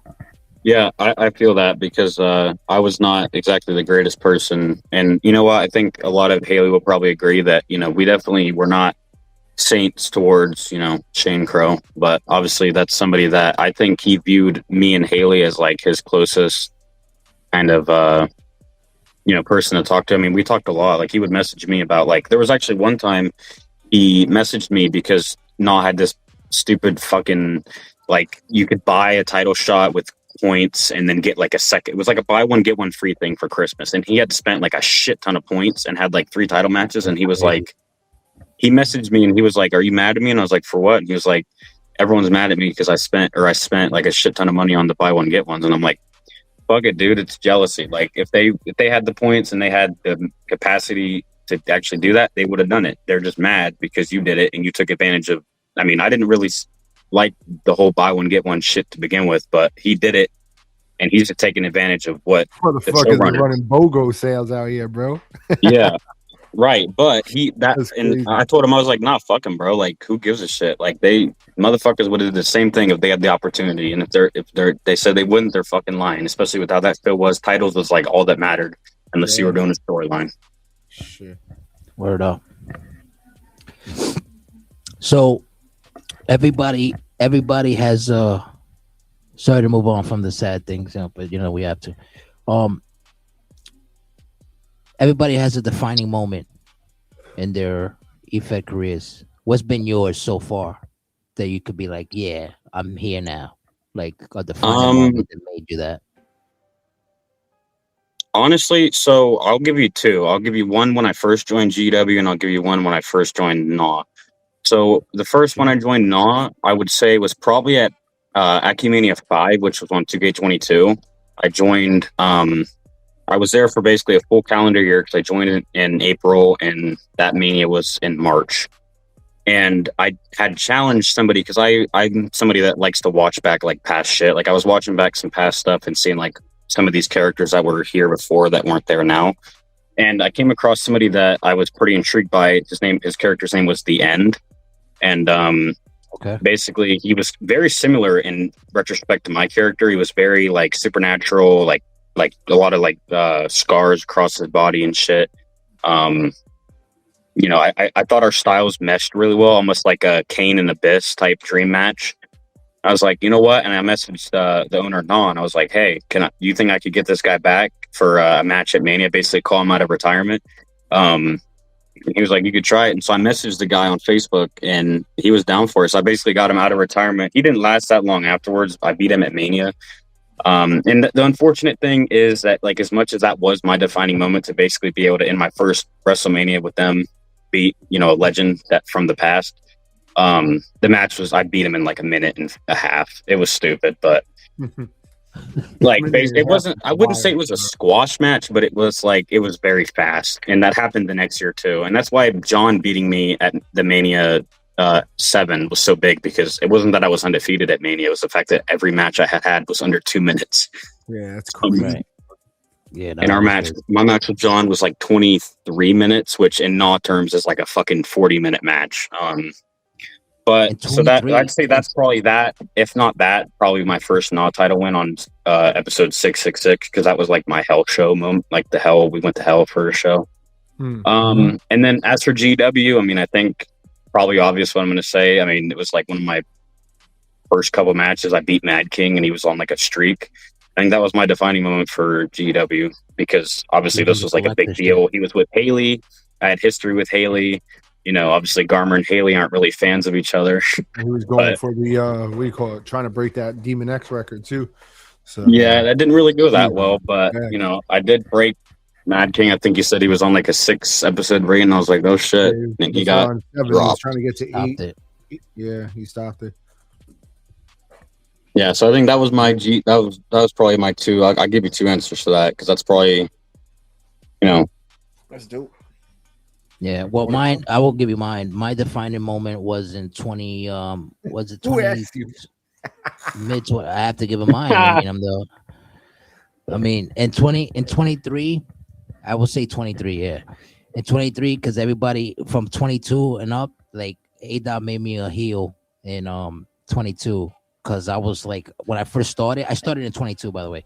So I first started with A Dot. Like, long story short, he brought us in through my boy Zay.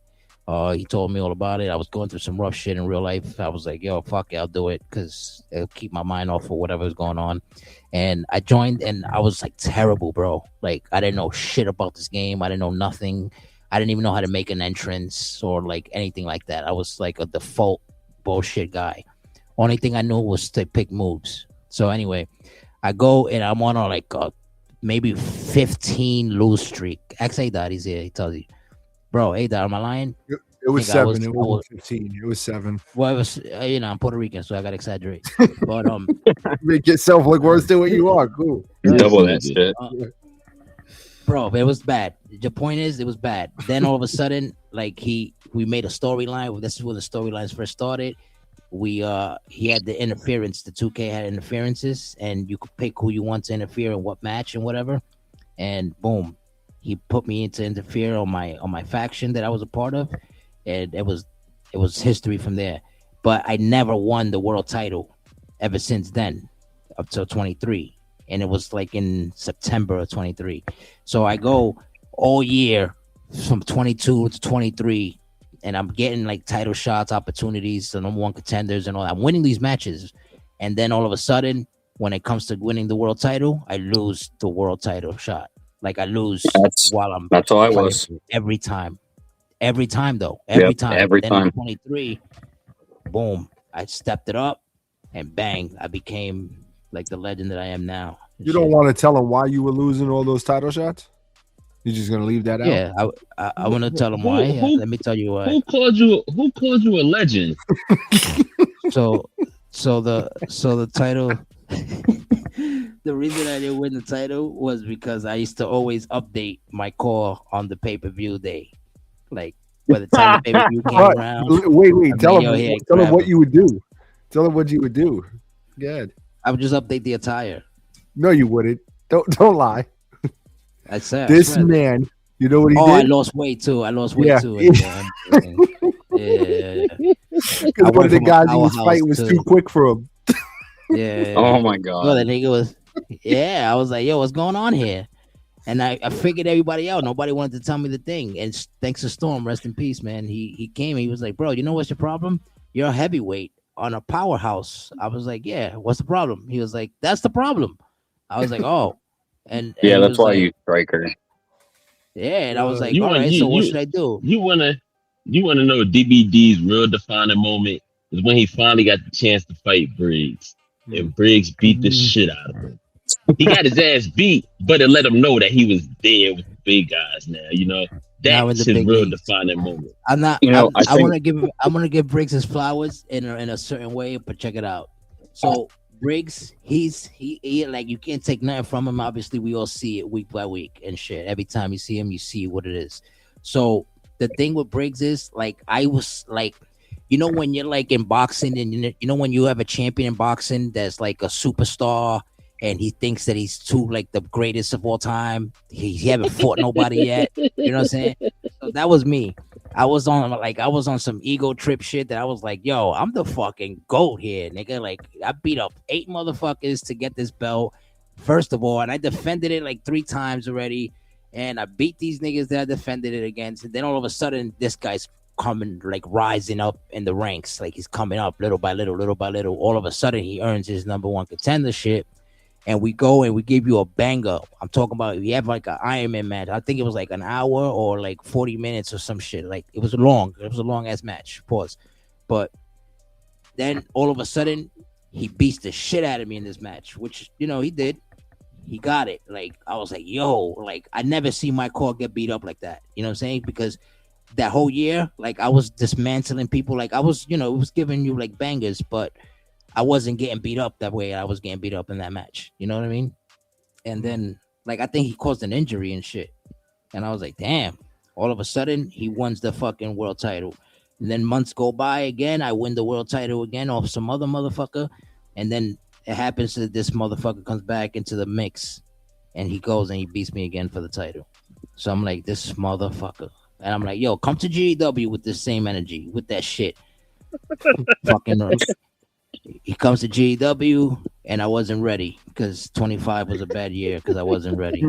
So the rest speaks for itself. And you've seen what I've done. So, and you know of me because you've seen me since 22. You've seen me all over the place because you said it. But that's my defining moment was in September 23. 2K23 had no problems to me. I felt like the game was perfect. So I think like that was like the steadiest year that 2K had that was like legit. Yeah, I agree. Yeah, to me that was like the best year. Me and Michael Hernandez did have a match, but it was like a contenders match. Johnny. Yeah. But yeah, that's another thing. You guys gotta. There's a lot of people I haven't faced that I need to face on 26. Briggs, Hitman, DVD. There's a lot of motherfuckers here that I haven't been able to get properly in the ring with. So that's another thing that's going to be cool on 26. And to rebound off that, what you just said right now, right?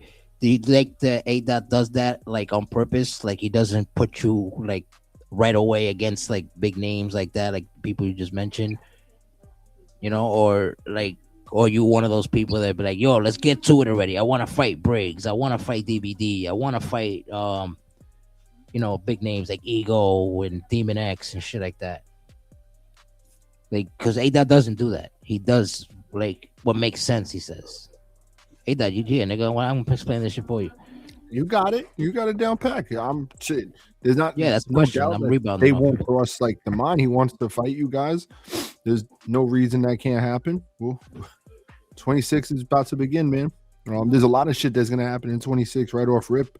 We got to, you know, like I said, on the night 2 of the global disaster, we still got to get to Briggs' show, and Briggs is, you know, I didn't go too deep into what it was just because he wasn't there, and I want him to give you out, you know, the what's going to happen for his surprise show. Demon X just cashed in. We're going to have another King of the Universe tournament, you know, 64 people, March Madness shit. So, now that you hear the King of the Universe, a lot of opportunities for people, new storylines, new everything. Is the King of the Universe considered the new champion of the year kind of shit? Yeah, basically, yeah. We'll go with that. All right, that makes sense. Yeah. All right, so yeah, you guys have any questions to rebound off of what I just asked them? Briggs? No, I ain't really got nothing as far as just the about pulling out the top guys. Is impactful. And also, like, how they like, you know, does he like the way that the A Dot runs his shit like that instead of just? I feel like A Dot runs it. I feel like he runs it right. Me personally, I feel like he runs it right. You know, he knows who's where, and you know, when to put people, how to put people in position and shit like that. Like, obviously, I mean, I can speak for myself, and I say this all the time. When I came to GEW, I don't care. I know he says, you know, it doesn't matter what you do over there, it matters what you do here. But when I came here, I was already Briggs. Like, a lot of y'all already knew me, you know. But still, I had to come here and still put my foot in the ground and take off. That first match I was in a multi-man match. I'm thinking I'm about to come out because I came out kind of late. Yeah, I'm about to, you know, show these motherfuckers what it is. I got hit with a fucking super finisher after like 3 minutes and got eliminated. I was like, what the fuck?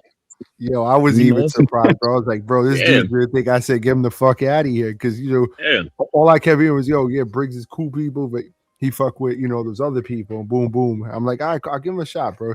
DVD, you're good, man. I'll give him a shot, you know? And then he fought and he lost so quick. And I think I forgot who I hit up. I was like, yeah, he going to think I did it like on the strength.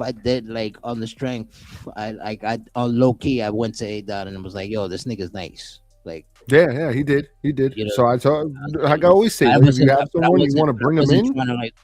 I wasn't trying to put him on blast like that. Like, I was going to be like, yeah, yo, this nigga's the future. Nah.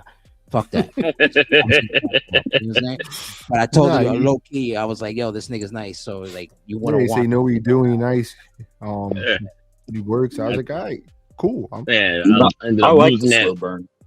Yeah, I ended up losing that first match, and then right back to it. I had another match with Marcus Warlord and lost that. But right after that, I got put in a few backstage attacks. Boom, boom, boom.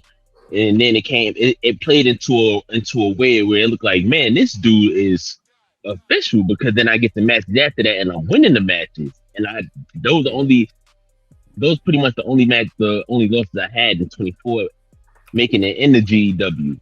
Then I ended up getting an IC title and been on a fucking run ever since, to where I just put myself in that position. I think A-Dot has a great idea of working with your core and putting you where he sees your fit. Mm-hmm.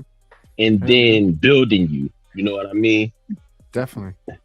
I love that shit. And on top of that, you get put in position, to where you could go into these stories with A-Dot and call your own shots. Like I said, I don't even care about winning a bunch of the titles and shit like that. Now I just do the shit to have fun. So like he said, we get to talking behind the scenes about certain shit. The fucking PLE, it was no plan for Briggs. Like, oh yeah, Briggs is gonna, because the whole plan was to fight Sergeant General. Yeah. Then that shit got blown up. So, so it's, damn, what we gonna do?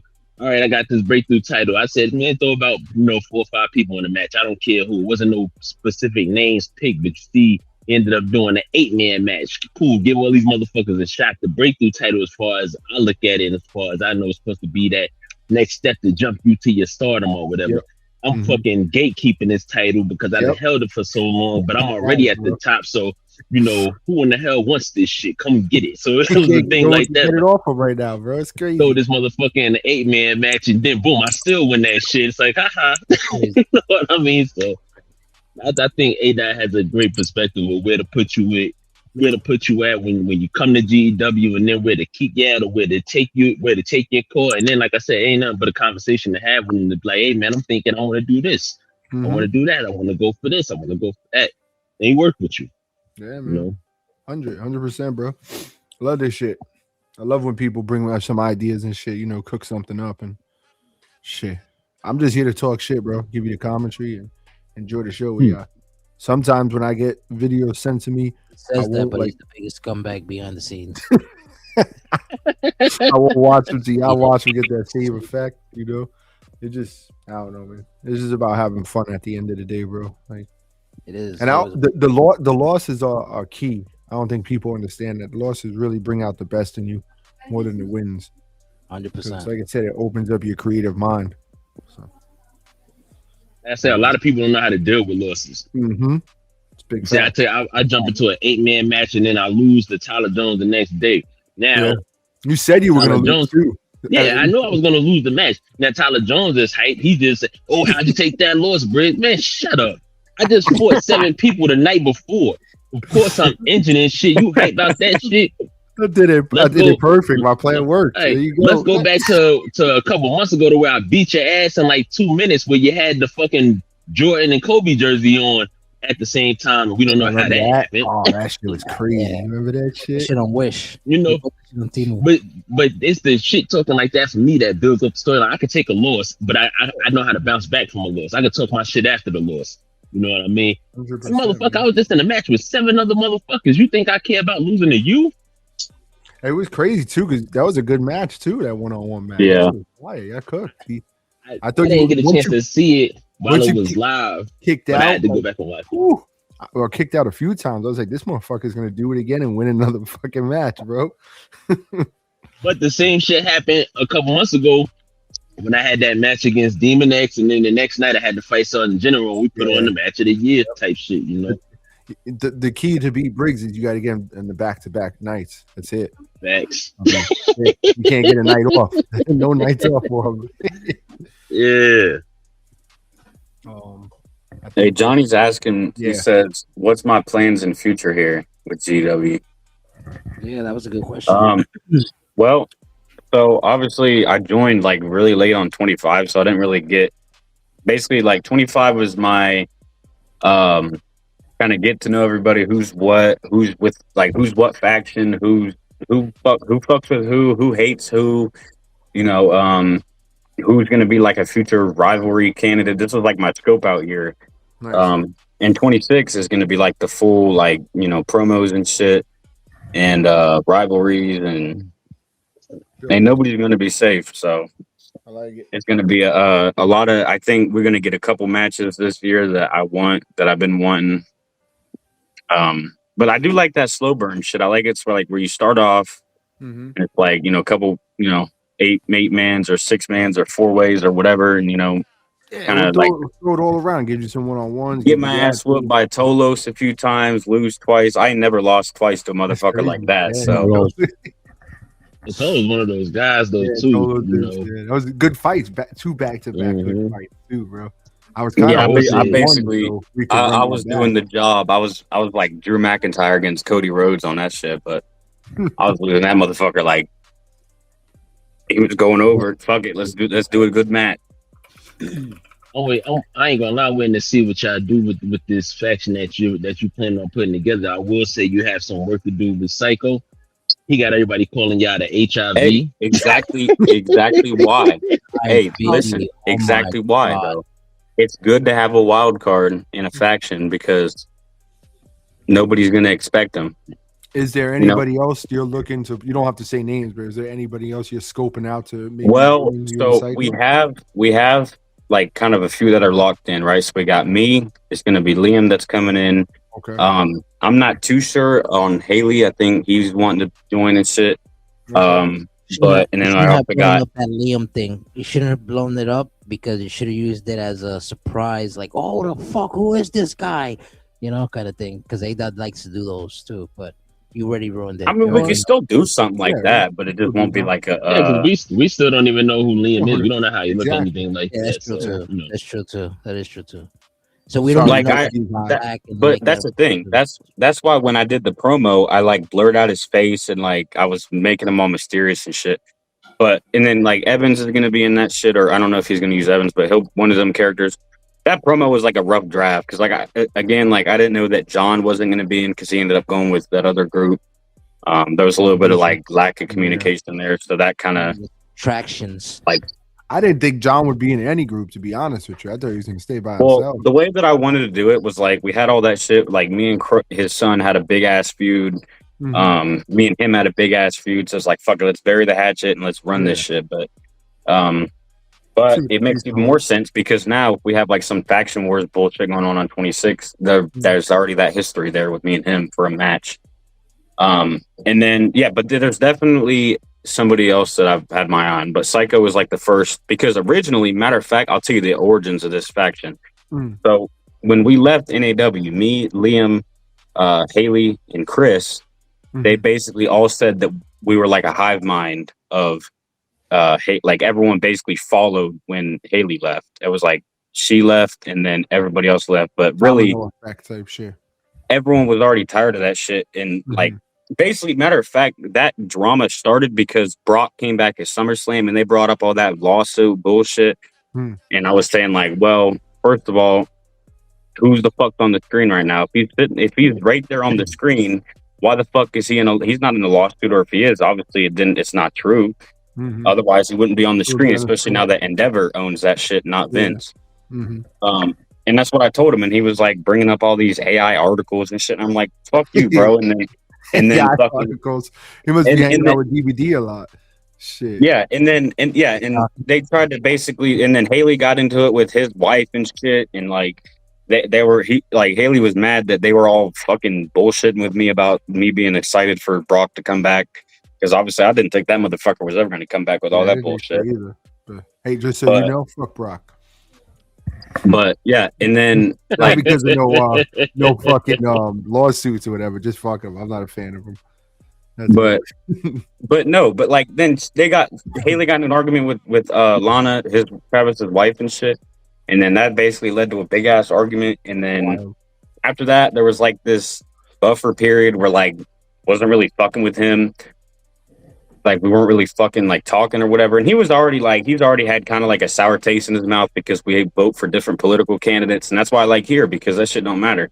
But with him, it was everything.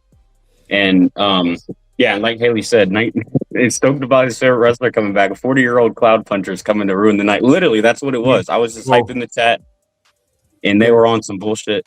We had that issue too. When did we have that issue? When it was it? It was at SummerSlam, not this one. The year before when Roman Reigns came back. Remember that Yeah. DVD? Oh yeah. Yeah, we were hyping the chat, and we ain't gonna say names, but yeah, someone left the chat because we were riding Roman's, like, oh shit. I never ride The tribal schmeat. You know what? It's y'all niggas that were riding his Bro, and like I'm not even a Roman fan, bro, but I love his theme song music. I use that shit was on wild. How the girl left the chat. She was like, oh yeah, like thought we were like talking personal. We were just talking about Roman Reigns coming back, changing the views, making fucking SummerSlam watchable, and shit was crazy, bro. So Yeah, I was pissed about that though, because I was rooting for Solo. I love Solo Sikoa. That's another inspiration for my characters and shit. Solo Sikoa is sick. But I guess you can't, root for whoever you want to root for. And no, shit. not actually. One of my biggest determinations on whether I like somebody is their theme song. Notice a common trend with all the wrestlers I said: Brock, Taker, Kane, Solo, all good ass theme songs. Solo is hilarious. Yeah, he got a lot better when they actually let him be man. himself.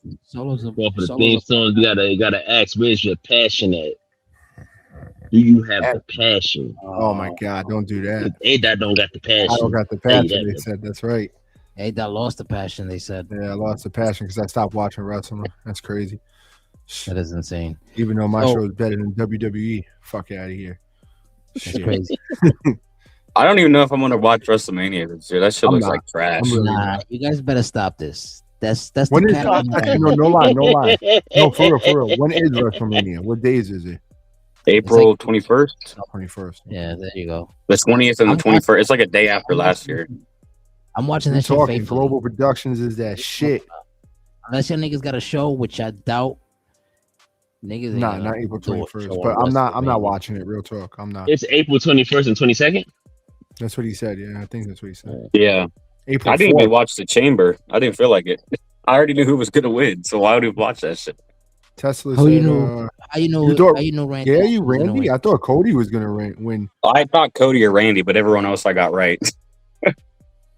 I don't know. That card was trash too, and I was looking at it on X. That shit was. DVD said it was the pay-per-view of the year. Nah. Is it April 18th? It might be earlier. It's either earlier or later than last year's was. But no, I'm not watching it. I ain't gonna lie to you. Is April what? 28th? No, 18th. April 18th. And that's what Johnny says, but I don't know. Fuck. There's a whole bunch of shit being thrown out there. 18, 19. All right, so we got 18, 19. Yeah. If you could step into the ring, consider it. All right, let me make the question proper. Considering that we do this E-Fed shit as if we were real wrestlers, right? If you could step into the ring as your E-Fed wrestler with an actual wrestler, a wrestling legend, by the way, from the past or present, who would it be and why that person? I mean, I got to go with my GOAT, The Undertaker. That's my wrestling GOAT right there. So that's just an easy answer for me. I assimilate a lot of my like gimmick. What was it? Wigginton said the same thing. Wigginton said the same thing. The Undertaker. But yeah, The Undertaker. I mean, he's a legend. He's old school, so I learn a lot from him. Like I've seen a lot of his podcasts and shit. But we have a lot of the same views and shit. Taker. Obviously, he's a legend. He's a good dude. So it's like, yeah, second choice would probably be Brock. But I think Shaker and Garmr would be a fucking crazy ass. We'd probably break the ring or some shit. Yeah, Brock will beat the shit out of you. You and Taker will be a banger, but Brock he Kofi Kingston your ass, boy. Oh, yeah. Probably more like Omos. You know what? That's another one of the motherfuckers I would have a match. Omos. I like Omos. I'm a Homo sapien. That's what they call his fans. Homo sapiens. Jesus. Homo sapiens. That sounds crazy. First of all, that sounds crazy. Second is Omos is a bum. Like He's just as No, good no. as I like big ass motherfuckers like that just throw like Pause. bro, his match with Brock. No, you Yeah, don't. like That's crazy. he's the closest wrestler to Garmer in real life though. Like big ass You gotta motherfucking you gotta understand why DBD is saying that. DVD had beat Garmer. I mean, not Garmer. He beat Grimlord, so he started calling himself the Giant. What is it? The Giant Slayer, Grand Yeah, Slam Dan, the Giant Slayer Dan. Girl So Scout now, Dan. Girl I, Scout Dan. So now you like, mention big guys. People like, oh my God, he's trash. I'd pack him up. yeah, of course. You caught on. It's like at the end of the day, I did that to Inkslinger, Grimlord.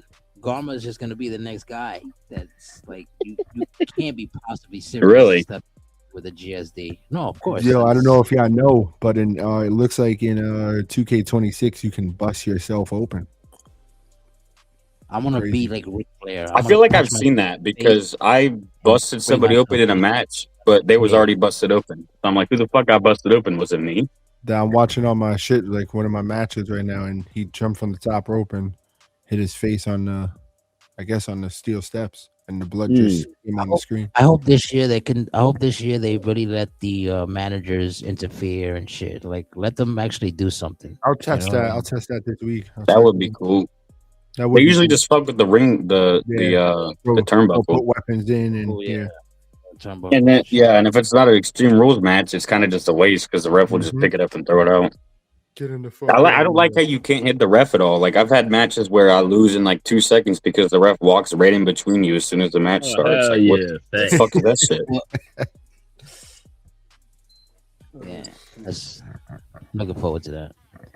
So, Undertaker is your guy, your past legend that you would go. I mean, you got to bear in mind too that dude has been wrestling longer than I've been alive. So of course, even me. no, And, yeah, I mean he's been wrestling since like what early '90s, mid '90s. I mean he's old. He's 60 now. So if it's like current Undertaker, I think I'd pack him up real quick.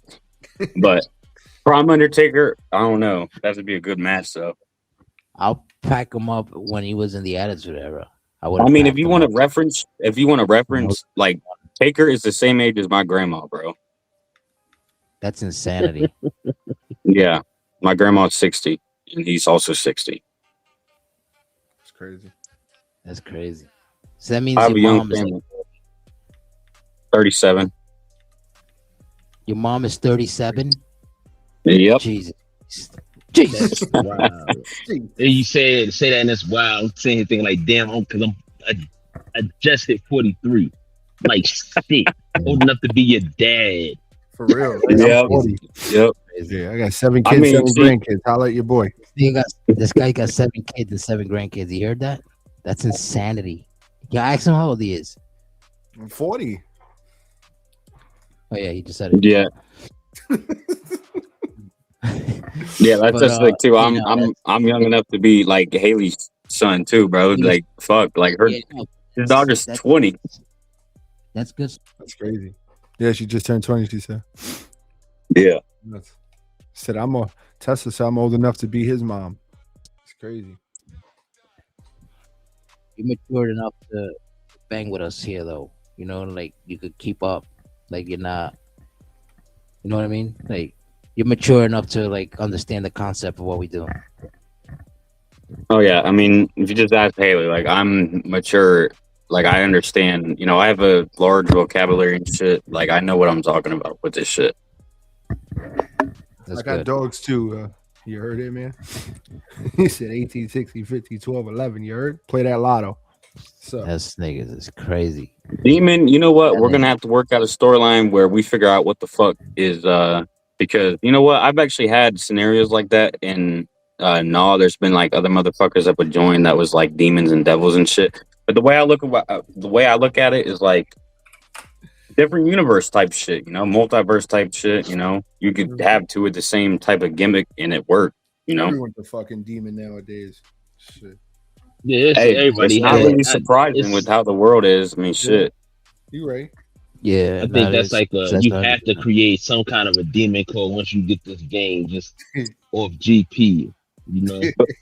But that's the thing too, though. Like, I don't know if y'all seen like Angelina. Like, that's a tribute to like my miscarried sister. That's why I had that, and she's like another angel and shit. So Nah, yeah, it's dope concept and way to keep a memory alive too. Like I don't, Yeah. like I didn't. I'm gonna bring in like my girl and shit. I'm gonna bring in Daisy again so y'all could talk No shit. one wants your girl. No one wants you. Gonna get beat up when she loses? You don't want that. Come on. But I'm Hitman. If basically you still bringing want them to in as use managers. Angelina,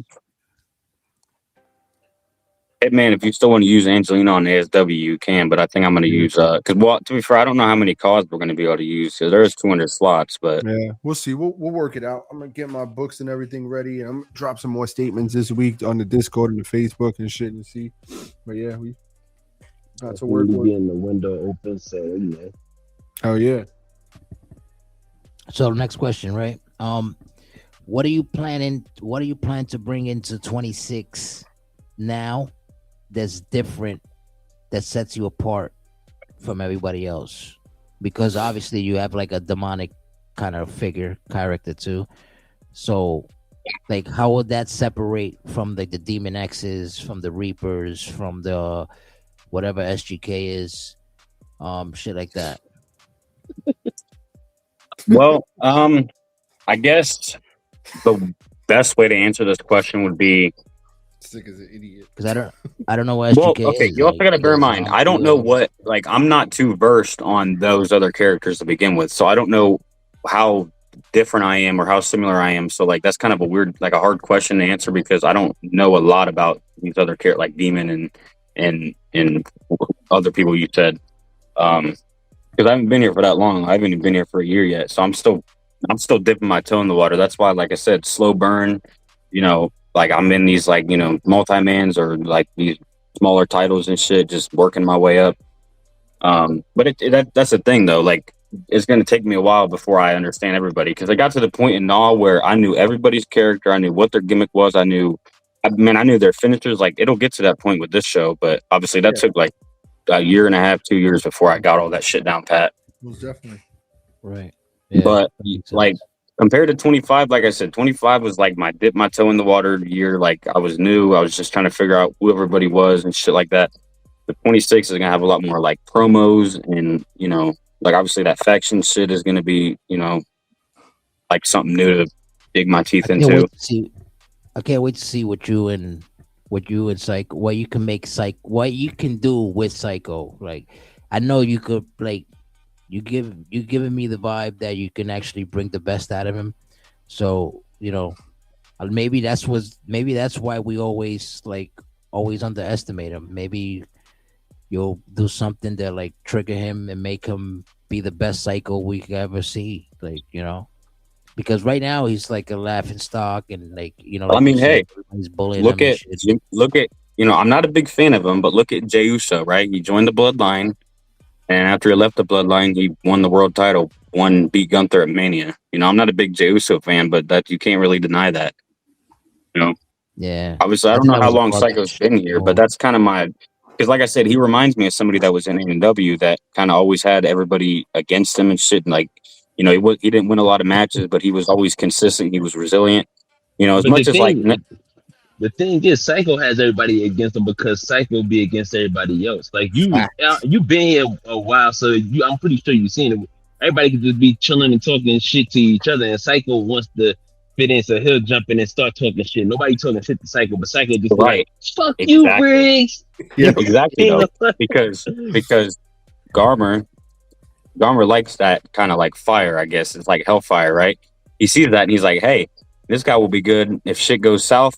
That motherfucker's right there on your side, on your hip, ready to fucking tear somebody's neck out. Right, Tear but then somebody- what you're gonna have to look forward to is when he lose, and then he start to turn on you, and with the bullshit, he gonna Hey, talk look, about and how he, exactly, but that happens because when that happens, like out of character shit, we make a good ass storyline out of that. There's nothing wrong with Mhm. that. I The agree. problem I'm gonna tell y'all for Psycho is, like I said, Robert J brought him in. He helped him. He was good. But as soon as Demon X said, "Hey, come to the Dark family. I got you." Got him the title shot. He was hyped. He jumped ship. And then once he started losing, It's like, oh man, I'm losing. Demon X is making me lose. Demon X is not making you lose, man. The game is just not on your side. So he comes to me, he's like, I want a new this. So I name him Psycho Killer Psycho, whatever. Killer, remember the song? He was winning, and then of course he starts losing, lost 3 in a row, and he wants to change again. You're just gonna have to talk to him behind the scenes and punch it into his fucking dome piece. Or Say, teach him how to you're not going to win every match. You're not. And then, I can't fight in 3 ways. You just won the fucking title in a 3-way. What do you mean you can't fight in 3 ways? Hey, but look, I know with like factions and shit, and I know how to pivot out of ending a faction. Because if you ask Haley, we did a feud on NAW with Eve and Haley, Garmer's wife Eve, and Haley had a big ass feud. They were in the faction for like 2.5 years. They had a match at Mania, and it was basically like all this jealousy. No. Like Haley wanted Eve. We're gonna ask you. No, I'm just saying. She'll tell you though, because she was part of that, and she was a large part of that, because she actually made a whole match that instead of watching the bullshit NAW match that would have ended in like 2 minutes, he went out and made like this whole like match that was like within like it was like a big ass cutscene basically. And yeah, and like that shit was a good ass feud, and it was basically like the faction, like the stipulation was like if Haley won, that she would get like full control of it. But if Eve won, it would just like disband or some shit. But yeah, like that was a good ass storyline, and that's how we pivoted from like kind of like ending that, because we know we was going to 1985, so it's like fuck it, let's just end this shit and end it on a high note. And then because that really did throw a fork in a lot of people's plans when he wanted to just up and go to fucking 40 years ago, and do all this bullshit. And it was like, yeah, so crazy. Yeah, but that was at the same Mania match they had.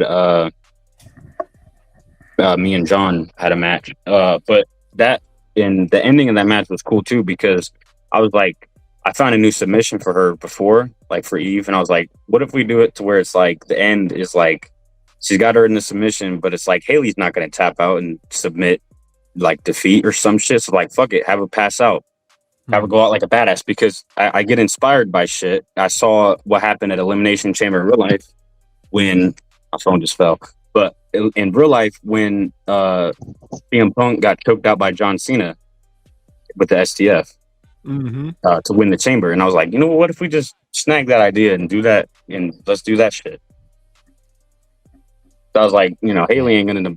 Haley's a pompous ass motherfucking bitch. She ain't gonna admit defeat to nobody. Not a bitch. Not a dude. She's gonna pass out, or her arm's gonna snap. Nah. Yeah, you had me say that shit earlier, motherfucker. So, but no, like, oh shit, you gonna learn today, boy. Nah, I just want you to know, like. Yeah, see, look at that Dropbox link right there. Yeah, I'm the person that's gonna always be the same person. So like, you're gonna always like, when I'm not around, you're gonna be like, damn, I wish this guy DVD was here right now, because this is a DVD moment. You know what I mean? Where something needs to be said. But there's what you've seen so far, like, and about people that are actually like deserve to be like top-notch guys and are big guys. You probably have favorites that's not, besides like Haley Ramone and people that you've seen that are like good. You would like a dream match with them, or describe your dream match. Who's in it, and what does it take place? Where does it take place, and what's on the line? What? So you're basically asking me like the Undertaker question, but for a character in GEW? And GEW, yes, sir, correct. It can count as ASW too, also TXT. You could say anything global. Demon's Funhouse. Demon's Funhouse is full of demons, ghouls, and shit like that too. That's what's different about the Demon's Funhouse. But you knew that already. But go ahead. Like, describe your dream match from the people. You know what? It's funny, because as long as I've known this motherfucker, it's surprised that we've never had a match. Garmer and Hitman, and it's actually funny because this is a a new match on 26 and a fucking Inferno match. Let's And go. matter of fact, make that shit at the next Global Disaster. That's where that shit would take place. Ooh. That's a fucking year from now. You willing to wait that long? Exactly. Damn right. Hey, because Let's like go you said build though, this you don't shit. Build it. All right. You don't or As Global long as Meltdown. you all right, bet. We'll get But to hey, work. but look, you said it yourself, right? We don't have, you don't want to waste those big matches like that. Me versus DVD, me versus Hitman, me versus Briggs, because it's like those are big matches, big money matches. Like you don't do Cody Rhodes versus Roman Reigns on a fucking random ass Raw Monday Night Raw. On a You do that shit on SmackDown. like WrestleMania. Yeah, You right. could do it on Raw because Raw's big though. But SmackDown, you're right. Every show is big over here, baby. Every show. Shit. But nah, I got you. All right, cool. That's dope shit. Like Hell yeah. I like that. And you know what's good about you? Like, you're not like a psycho guest. Like, you're a guest that you answer the questions you answer the questions right. You give us the That's actual fucking answer to the hilarious. question. You're not just because I ask Psycho these questions, and this is your partner. This is the reason I'm mentioning him, is because like I asked him like, hey, so describe us a dream match. He's like, me, DBD, world title, Cactus I'm like, Patch. okay. Describe that. Who's your favorite wrestler? Oh, Kane. Why is Kane your favorite wrestler though? Oh, because he's good. You know what's funny? It's the same shit that fucking Mad King hit me up. He was like, bro, you want to hear some shit? I was like, Where's what up? red? Red's my favorite color. No, not even that. Psycho was like, I want a commercial, Psycho beer. And Mad King, I was like, all right, what's your idea of the beer? He goes, a beer. And Mad King goes, I know you want a beer, but like, what colors, Budweiser got this. He goes, so what about that? And Psycho goes, Psycho beer. A beer. And Mad King was like, I don't know what the fuck to do. So that's why that his beer looks so plain. It's just his Psycho beer. Like, You know what? That reminds me of when I would make people's calls and they wouldn't tell me what they want. So I'm like, fuck it, let's just see what I can make. yeah, bro. Yeah, We'll get there. He was like, I don't know how to ask him what he wants anymore because it just wants a beer. That's it. Just slap Psycho beer on it. No color scheme, nothing. Then when you put Todd Wilson's, when you put the dog shit on Wilson's cheek, that shit had me dying. That shit to this day, every time I see that shit, it had me crying. That was Mad King's idea. What I said. He has his thumbs up to it. Yeah. Boom. Shit is hilarious. That is. That's good. That's good stuff. I appreciate that. Like the way you answer the questions and shit. It's like you're giving us good content. I got about another 15 minutes. I gotta get to sleep. I'm gonna get up at 6. Yeah, Yeah, you know what? I'm surprised that I don't ramble and shit. I do. Maybe I did, but I didn't realize it. But I got ADHD and shit. So Now you good, bro. Yeah, we all got that shit, man. Let me see. Well, you guys got it does since you. Do I have any questions for him? Yeah, shoot. Yeah, rebound off that one, like a dream match kind of thing. Like you could see him versus somebody. Like maybe you'd be like, yo, you know what? You give me like these kind of vibes. You remind me of this kind of guy. Or I mean, I think he has the potential, to be big time around here. Definitely. He's just, like you said, scoping out, and just trying to, I guess, take that back seat and see what we were really about these last couple of months and shit. I don't really like a question, but more of, if I got a question. If you had to fight a person at the 4-year anniversary show, who would it be? When's the 40th anniversary show? March 29th. So 2 Sundays, 2 weeks. Oh shit. You know what? Ironically, like it's that's a really sad like kind of date for me. So I'm gonna say John because obviously that would be a 2 years anniversary as well for when his son had passed away. So I think that's who I would pick. That's dope. All right, cool. Oh yeah, that is dope. I like that. I feel like me and John's one of those like Randy Orton, John Cena rivalries that bro, like we're never gonna stop hating each other. The motherfucker's gonna be like 90 and I'm gonna be the exact same and he's still gonna be trying to get me out of his wheelchair. That's a forever feud right there, which is kind of why I'm glad that the faction shit didn't really work, because I thought that those were two that would probably really never say fuck Barry and the Hatchet. Fuck you. You know how John is. That's how he is. He don't. He's a he lone don't wolf. give a fuck. Yeah. Well, but so we thought. Team up with the Division. Hey, So, you know what? If you ask me, I don't think that that's gonna last, because I know John. You know, maybe it will, but maybe it will. The American badass. Yep. The real one. And you know that's why another reason me and John bond too is because like back to the start, that political shit with Nah, you know what I mean? Like me and him obviously swing a lot of the same ways and shit. So like, you know, we talked about a lot of that shit, and we was like, yeah, this shit just gets old, bro.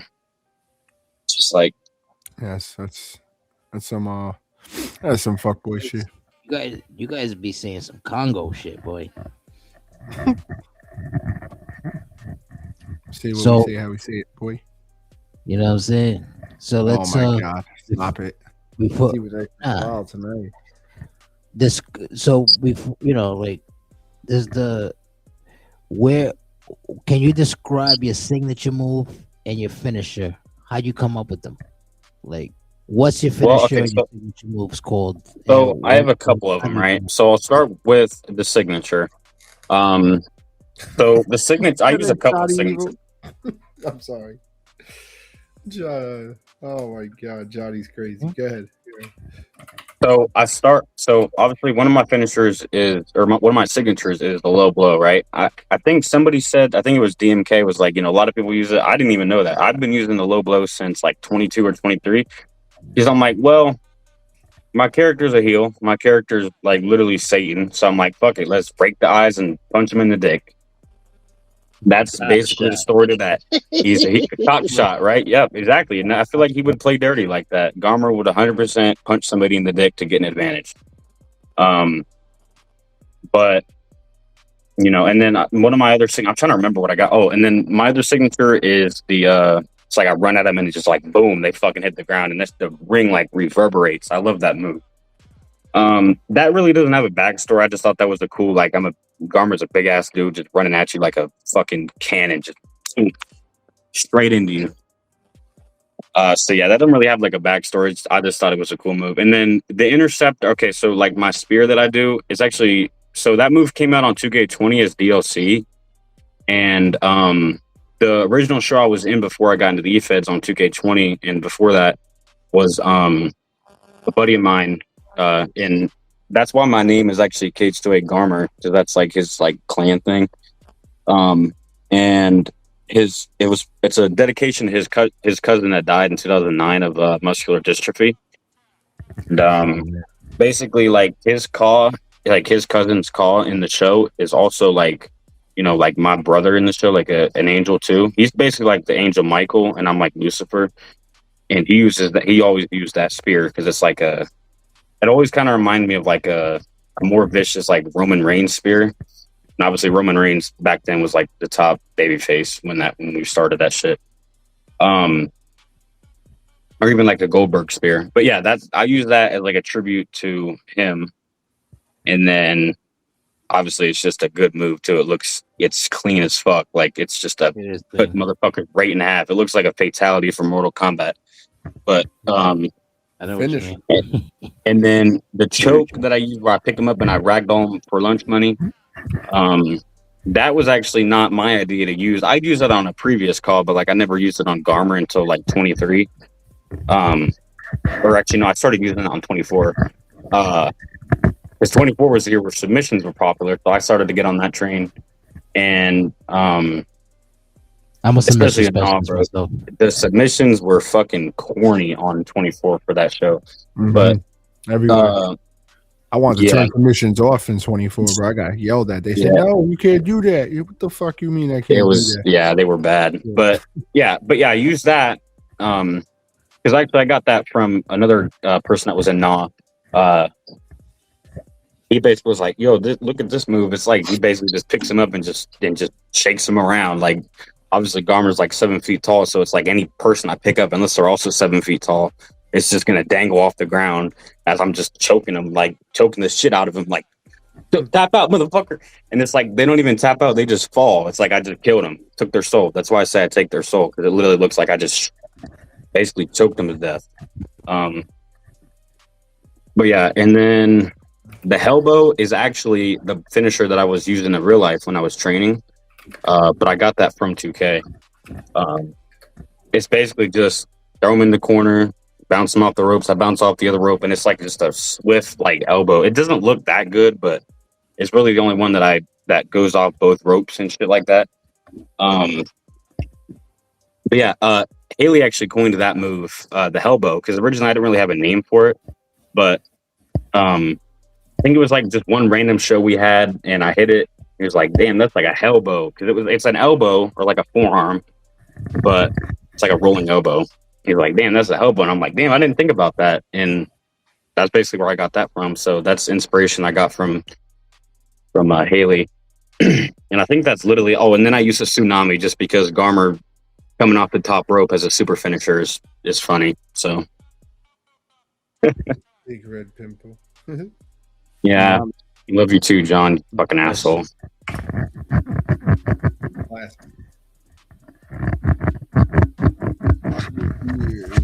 Burning. Hitman talking about he got his ass kicked in So- 24. He ain't watched 25. He got his ass kicked in 25 too.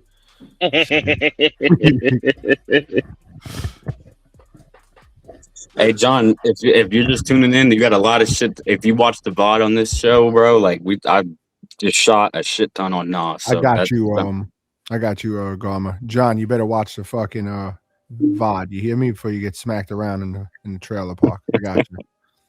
Damn. This is it. Trailer Park is hilarious. Yeah, I'm gonna send this. Shout out to Liam was trying to watch this show too, but it's like 4 a.m. right now because he lives in Scotland. So I'm gonna send him the VOD too. But we got a lot of Scotland people out there, man. Shout out to them. Shout out to SGK. oh yeah, and I'll tell you one thing. If you think my voice is deep, oh yeah, his voice is fucking deep. Like his is like Drew's, but like a lot deeper. Who? He's got a deep Drew McIntyre. Drew Hill? Drew McIntyre, Oh, okay. like Scottish accent, but it's like a lot deeper than Drew's. So we were coming out with the thong. All right, cool. Got me fucked up. No, but yeah, Haley would tell you like his voice. He's got a deep voice, and like you could tell in his promos. I think I sent you a promo, A-Dot, of Yeah, me you and did, Haley. yeah. His voice is. I guess it's deep. I don't know. I don't pay attention to the people. Well, he's actually younger than me. He's 19, but he's like 7 months younger than me, or no, like 4. Yeah. He's 07. I'm GW 06. motherfucker. You can hear me? Yeah, we hear you. Well, what is your objective in 26? I would probably say to make this hive mind shit good because it's been a minute since I've actually had like a proper faction and shit that like is because I had a couple factions and non shit, but like it was really like there was nobody there that would oppress the faction. So it's just like whereas here, you know, there's gonna be a lot of a clashing, especially with John's shit and the club and all these other motherfuckers. The house, fuck them, but Yeah, no, the house I think is probably definitely burnt down. But Yeah, the club is in a whole different thing by themselves. I mean, we pretty much run shit, but you know, nobody goes to the club. But anyway, we try to be humble about shit. Nobody want us to live. Everybody want to come for the club. So you know, I was trying to let y'all live. Y'all try to fuck up global disaster, man. The leader tried to fuck up global disaster, but you know, nah, but real shit. Nah, I don't know. Maybe we'll see. It was me, Austin. It was me. Maybe A-Dot's gonna join us. I don't know. Nah. That'd be, I got some figuring out to do right now, man. never say never. He got me in the middle right now. I'm Never say Shit. never. You're right. yeah. Now you're right, yeah, you know the Baker with the Cubs. So hey, man. She ain't with the club. Y'all keep thinking. yeah, she is. All right. All right. Cool. It's crazy. I don't need I that wouldn't bitch. want Shit. I think I got my eye on a couple like female cause too to join. That I gotta extend an invite out to, but Nice. oh my one of them ironically is another call I have that I used on 25. Haley is the only one that's gonna know what I'm talking about. That shares it's a female call in GEW that shares a call that I used the name of a call I used in 1985. Mm. So 1980. still know that one, but How old are you in 1985? about negative fucking 30. I don't know. Negative Yeah. 21. I got you. I mean, Insanity. well, here's the thing, dude. Like Travis was 40 at the time, so we went back like 40 years to his birthday. So it was like his dad and shit wrestling, and like Haley's mom, and a couple other characters. Matter of fact, like that's really like it was meant to be like kind of like the start, and then we would go obviously not ended and shit, but it was meant to go like 85 and then 1999 and then back to current day. But like this year would have been 99, but I'm glad I'm here because like really I wasn't really trying to do that. So That's some weird shit. I ain't gonna lie to you. it's too much long term like just Yeah, I can bullshit. dig the concept of it, but yeah, that is kind of wild. But I get it. Yeah, me too. Nah, you just got definitely make it make sense. But shit. Mm. Oh, true. Yeah, John knows who I'm talking about. He'll probably know who I'm talking about then if he knows the women's division. John's chewing his bubble gum right now, stomping his foot like this motherfucker. John retained the TXT Undisputed Championship tonight. He chilling. He is chilling. He over there with his PBR, chewing tobacco. Right? Who's calling for my titles, bitches? Letting his theme song play. Yeah, he's doing his thing, bro. Shout out to John. Definitely doing his thing. But cool. All right. So you're basically you want to make your faction, known over here, put them on the map.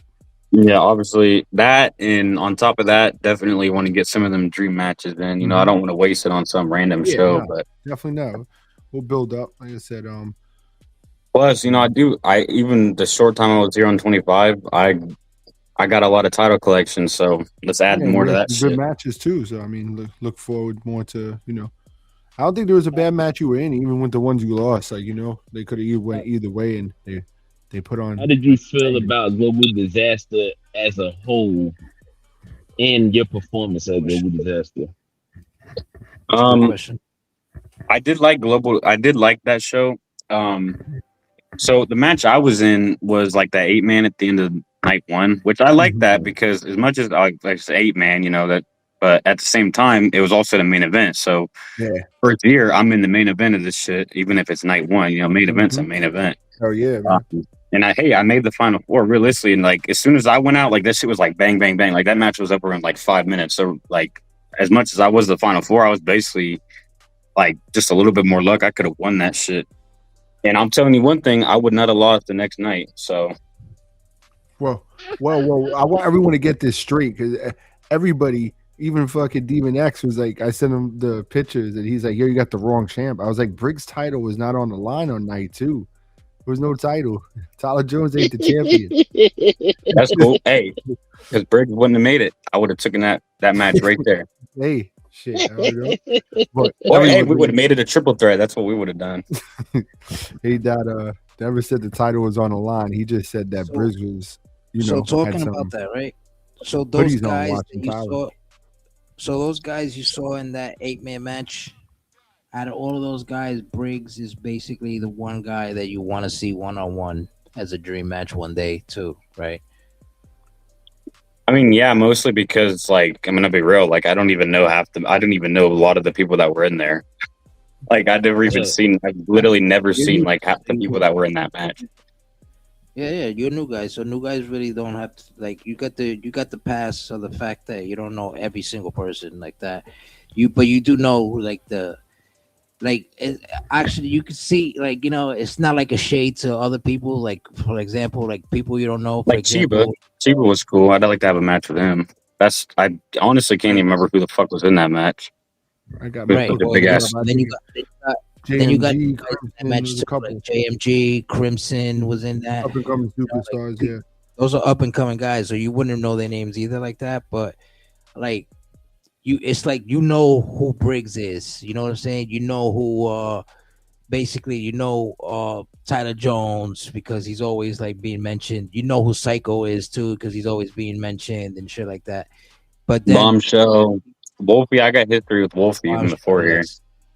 That's Yeah, why. That's why I was glad he put me on a retirement tour because we was in Naw, but we never had a match on Naw.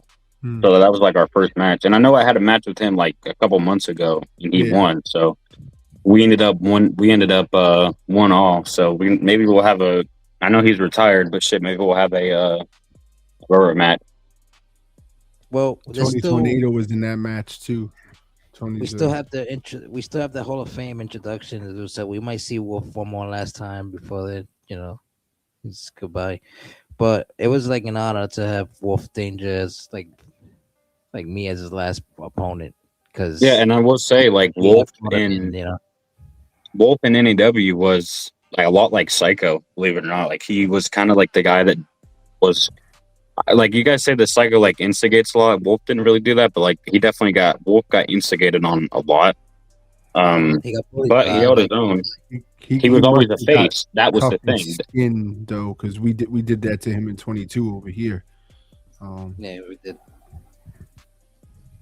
So. Yeah, there he had a lot of. He was like one of the only baby faces. A lot of NAW was fucking heels, like heels, like 90% heels. So like he was like one of the only good guys. It's harder to be a face than it is a heel because it's easy to just be a dick. It's hard to be a beacon of hope in a world full of shitty ass motherfuckers. So, well, I'm a baby face. Yeah, so. I don't really see a lot of. I don't see a lot of. I don't see a lot of faces here though. At least not that I could tell. Maybe like I don't know if Hitman's meant to be a face and Briggs, but yeah, John says he's. I'm not a face, but I get the love of a face. Like all right, in the same sense of like a Roman Reigns character. He's a big heel, but everybody loves Roman Reigns, right? So yeah, it's like pretty much it's pretty much anti-hero. Yeah. Yeah, like an anti-hero. That's kind of how I run Garmr. I could be the biggest asshole, but you still want to see me. You're going to pay to see me. You know what I mean? You get hyped. You want to see me in some match. You might want to see me just to hate on me, but you still want to see me. You know what I mean? Yeah. Or in the sense where I'm fighting somebody like DVD who... I mean, I would say Johnny's definitely a face. Johnny Hernandez. Oh yeah. Fly Guy was too until you pulled that slick shit. Boot camp. Mad King shit. Yeah, well, who knows what Mad King shit. Got the shit you want to go. Ego's a baby face too. Ego, yeah. I mean, yeah, he is. There's a couple, but it's hard, at any given night, any given. But you're right. But you got like you got like your Cody Rhodes ones, like Wolf Danger. So I get what he's saying. Yeah. So it makes sense. Most definitely. But to end it right, because we've been out for 2 hours. Yeah, I'm 30 about to be outie. You know what I'm saying? And they want to be a little girl and go to sleep. So don't let me call your girl, bro. Let me talk to her. Put her on. Get you on this shit real quick. Yo, so as a Garmr character, 2K up to 2K what? So they keep dropping these games. You're gonna keep it going, or you have an end date? You have a retirement plan for your core? I mean, honestly, like I've considered it. Like I think even if I retire, like Garmr, but here's the thing with like that character is that like he's immortal, so he doesn't really get old. So like realistically, like as long as I want to run that character, I can run that character because it's not really like real life where eventually the motherfuckers just get old and old and old, and it's like Taker's 60, AJ Styles is in his 40s, Cena's in his 40s, Randy Orton's in his like these motherfuckers get old, but it's like that's a supernatural character, so like that I can kind of just run. Yeah, Sergeant General is like 67 in the ring right now. It's crazy. That's crazy. Yeah, so it's like, and yeah, see, like even in real life, you got Sting that's wrestling until he's like 60 and shit. So, yeah, that's a good question because we got Wolf Danger fucking retiring at 21, which is diabolical. That's why I said that. Because we were talking about the Wolf Danger. That's why I asked that question. Well, okay, I think it's more so that he's retiring like a real life retirement rather than like. Yeah, me too. Me too. That is like the character. Yeah. Because like he's I done can this see for Adrian a while. coming Like he was on NAW before me. Yeah, like Wolf I was could see doing him it in coming diapers. out, you know. I could see him coming back, like, you know, maybe I one also day. just think he was interested in like the whole John Cena shit. So it's like, you know, do that, you know, have him his little tour. Yeah. Yeah. He's definitely one of that I've learned from the 22 is if he sees something happening in you know WWE or whatever wrestling he's watching, that's what he wants to roll with. That's where he got the Yeah. idea of, hey, I wanna dress up like DVD and come out and fool them, and He you know, he so cooked that. He cooked with that. That was dope. yeah, he cooked did. It with was that. a great moment. Great moment. But yeah, ladies and gentlemen, paying attention, listening, whoever's gonna listen to this later on, we have the one and only Garmr, the GEW Devil, the devil himself, in call Team X, I don't like in the that. building. Demon X does it like that. I told him that shit yesterday on Smoking with Dimes Radio, and he was like, "Stop saying that." I was like, "Yo, why? What I say?" He was like, "You It's said like that Briggs shit 3 times." with me. So fuck the club or whatever. So don't say that. And it's like when you call Briggs the king, when you say Damien the king, I'm like, why you gotta say the king? I am the king. Y'all hate that so much. I literally made the blueprint for y'all, and y'all still hate me for it. Like This nigga got Alicia y'all want Taylor. to beat me so bad. Fight Club. I'm like, why is this bitch saying that? I Like, got a question before you end it for everyone here who's here and in the chat too. Anyone worried about what 26 has in store for them? Like since it's the AI, like I can't wait. anybody like but anyone, Okay, like, one thing I nervous? will say, I was watching John's like test stream the other day, Yeah, me and too. one thing I noticed, I was like, well, what? Like one thing I was like, what the fuck? Is every time I would hit a finisher, I would do like a taunt, hit it like a Yes. grounded grapple move, and then pin. And it's like, why? Why did I do that? Why do I hit a finisher, do a taunt? It's like, okay, then pin. But nope, then I'm gonna do a ground move and then pin. And it's like, all right, I guess I just wanted to make sure the job was done. Like, but that's stupid. That's gonna waste time, especially in multi-mans where it's not elimination. I've seen some shit. I've seen. Maybe it's the sliders. But I mean, we had a match. I have the same sliders on as last year right now. Like some matches are really good. I maybe it's that you got to like really put down the taunt shit on your person. Maybe have we tested the Inferno matches and matches like that yet? Because those are I haven't done Inferno match. So I've done the Inferno, and I fuck with the Inferno matches, but I don't know how it works. I still got to work on my sliders.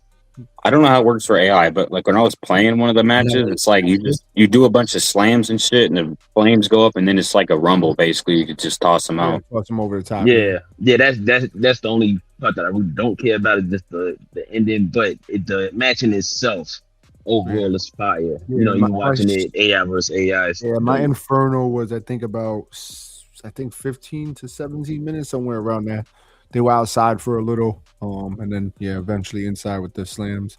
The ladder match cooked. I had like the 3 ladder matches I ran so far, really dope. The 4-way, the 3-ways, they've all been dope. But I've seen like shit where the AI is just fucking stupid. Like but I don't know if I have to like put down the weapon usage and a little more than where it already is, and then the fucking the other thing, the taunting shit too, like. Taunting shit is ridiculous. So they'll do a body slam and want to lift up their pants. Like, chill, bro. Just keep fighting. Stomp away. Lift up their pants. Yeah, they grab like their waist, like their pants, and like pull it up. Yeah, like, pulling it up. I can't wait to make Britney Spears then, so I could be like, oh, look at Britney lifting her panties up. You know? I can't. This guy, bro. All right, so you ain't. That's what you're concerned about. What about you, DVD? Are you concerned about anything, or? I'm not concerned about nothing. I'm ready to get this world title again to become never seen 17, and go out on top. I'm thinking though, serious shit though, real talk. I'm thinking maybe for like 20, since we're like in 26 now. I'm thinking maybe like 27 or like late 27 going into 28 if we're still doing this shit, which I think we're still gonna be. I ain't planning to stop anyway. I'm thinking of doing like some manager shit, like some Paul Heyman shit, but a manager that fights. You know what I mean? I got a lot of shit in store for that. you know. But that's just a little. That's later, because I don't even think you're gonna see DVD in the 26. You're gonna see like the Reaper and shit. But let's see what happens, right? Okay. What about you, 'Cause I'm Briggs? You worried? Thinking of doing I like ain't half worried and about half. too much. I mean, I think like I said, as far as Briggs go, I got about 2 more years. 26 and 27. So he's going on a rampage with shit. What do you mean? You done? You done in 28? 27 to be, probably 27 more than likely be the last year for Briggs and Amaya. I got a bunch of other cores that I'm gonna be, running and putting together. Oh, So that's what I you mean. always knew to Copy. just Hey, go we ahead and better do have our different match shit. before then. We will. Oh, Don't worry. definitely, Yeah, definitely. But and those will be Um, surprises for Michael. We go. I don't really have any worries about 26. I think 26. We got, as far as GEW goes, we got a bunch more storylines to get through. You know what I mean? A bunch of more people to put in position. I'm going to get the world title again. I know that for a fact this year. I just have to pick my spot. It's not going to be a cash, and it's going to be from me whipping some ass. Like I told Ego, he can't run from me.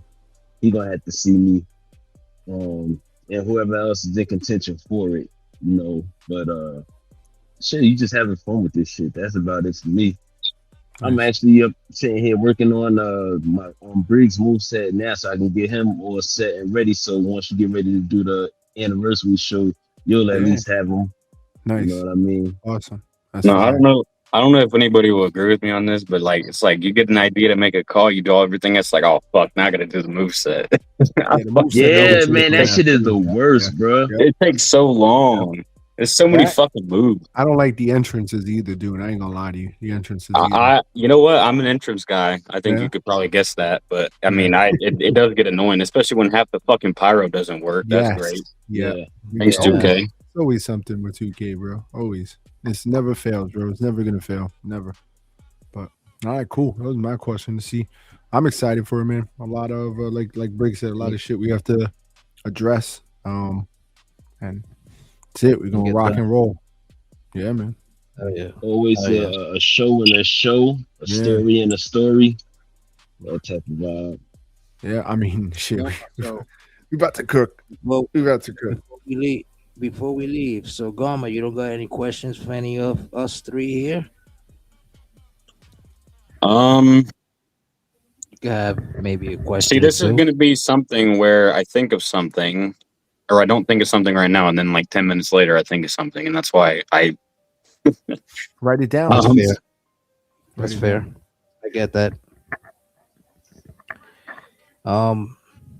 You know what? I'll ask the question that you guys asked me earlier, or that DVD asked me earlier.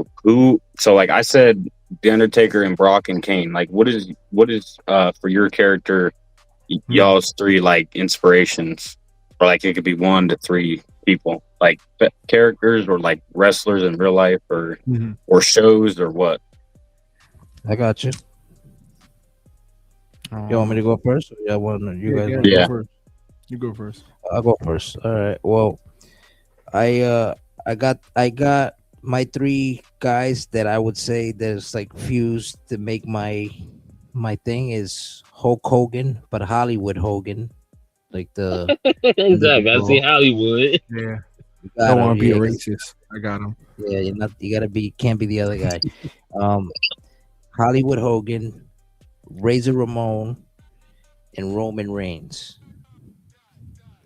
That's my 3 thing. But also, like, I consider my attitude like Stone Cold Steve Austin, kind of like a New Jack freestyle kind of thing.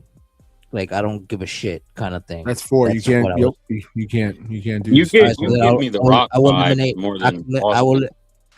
I eliminate. Well, yeah. Well, the early Rock, like the scumbag Rock. Well, like yeah, the original. like you do a lot of talking. You talk. The Rock talks. Yeah, I brought that out of him. You could thank me. You're welcome. Made this man who he is today.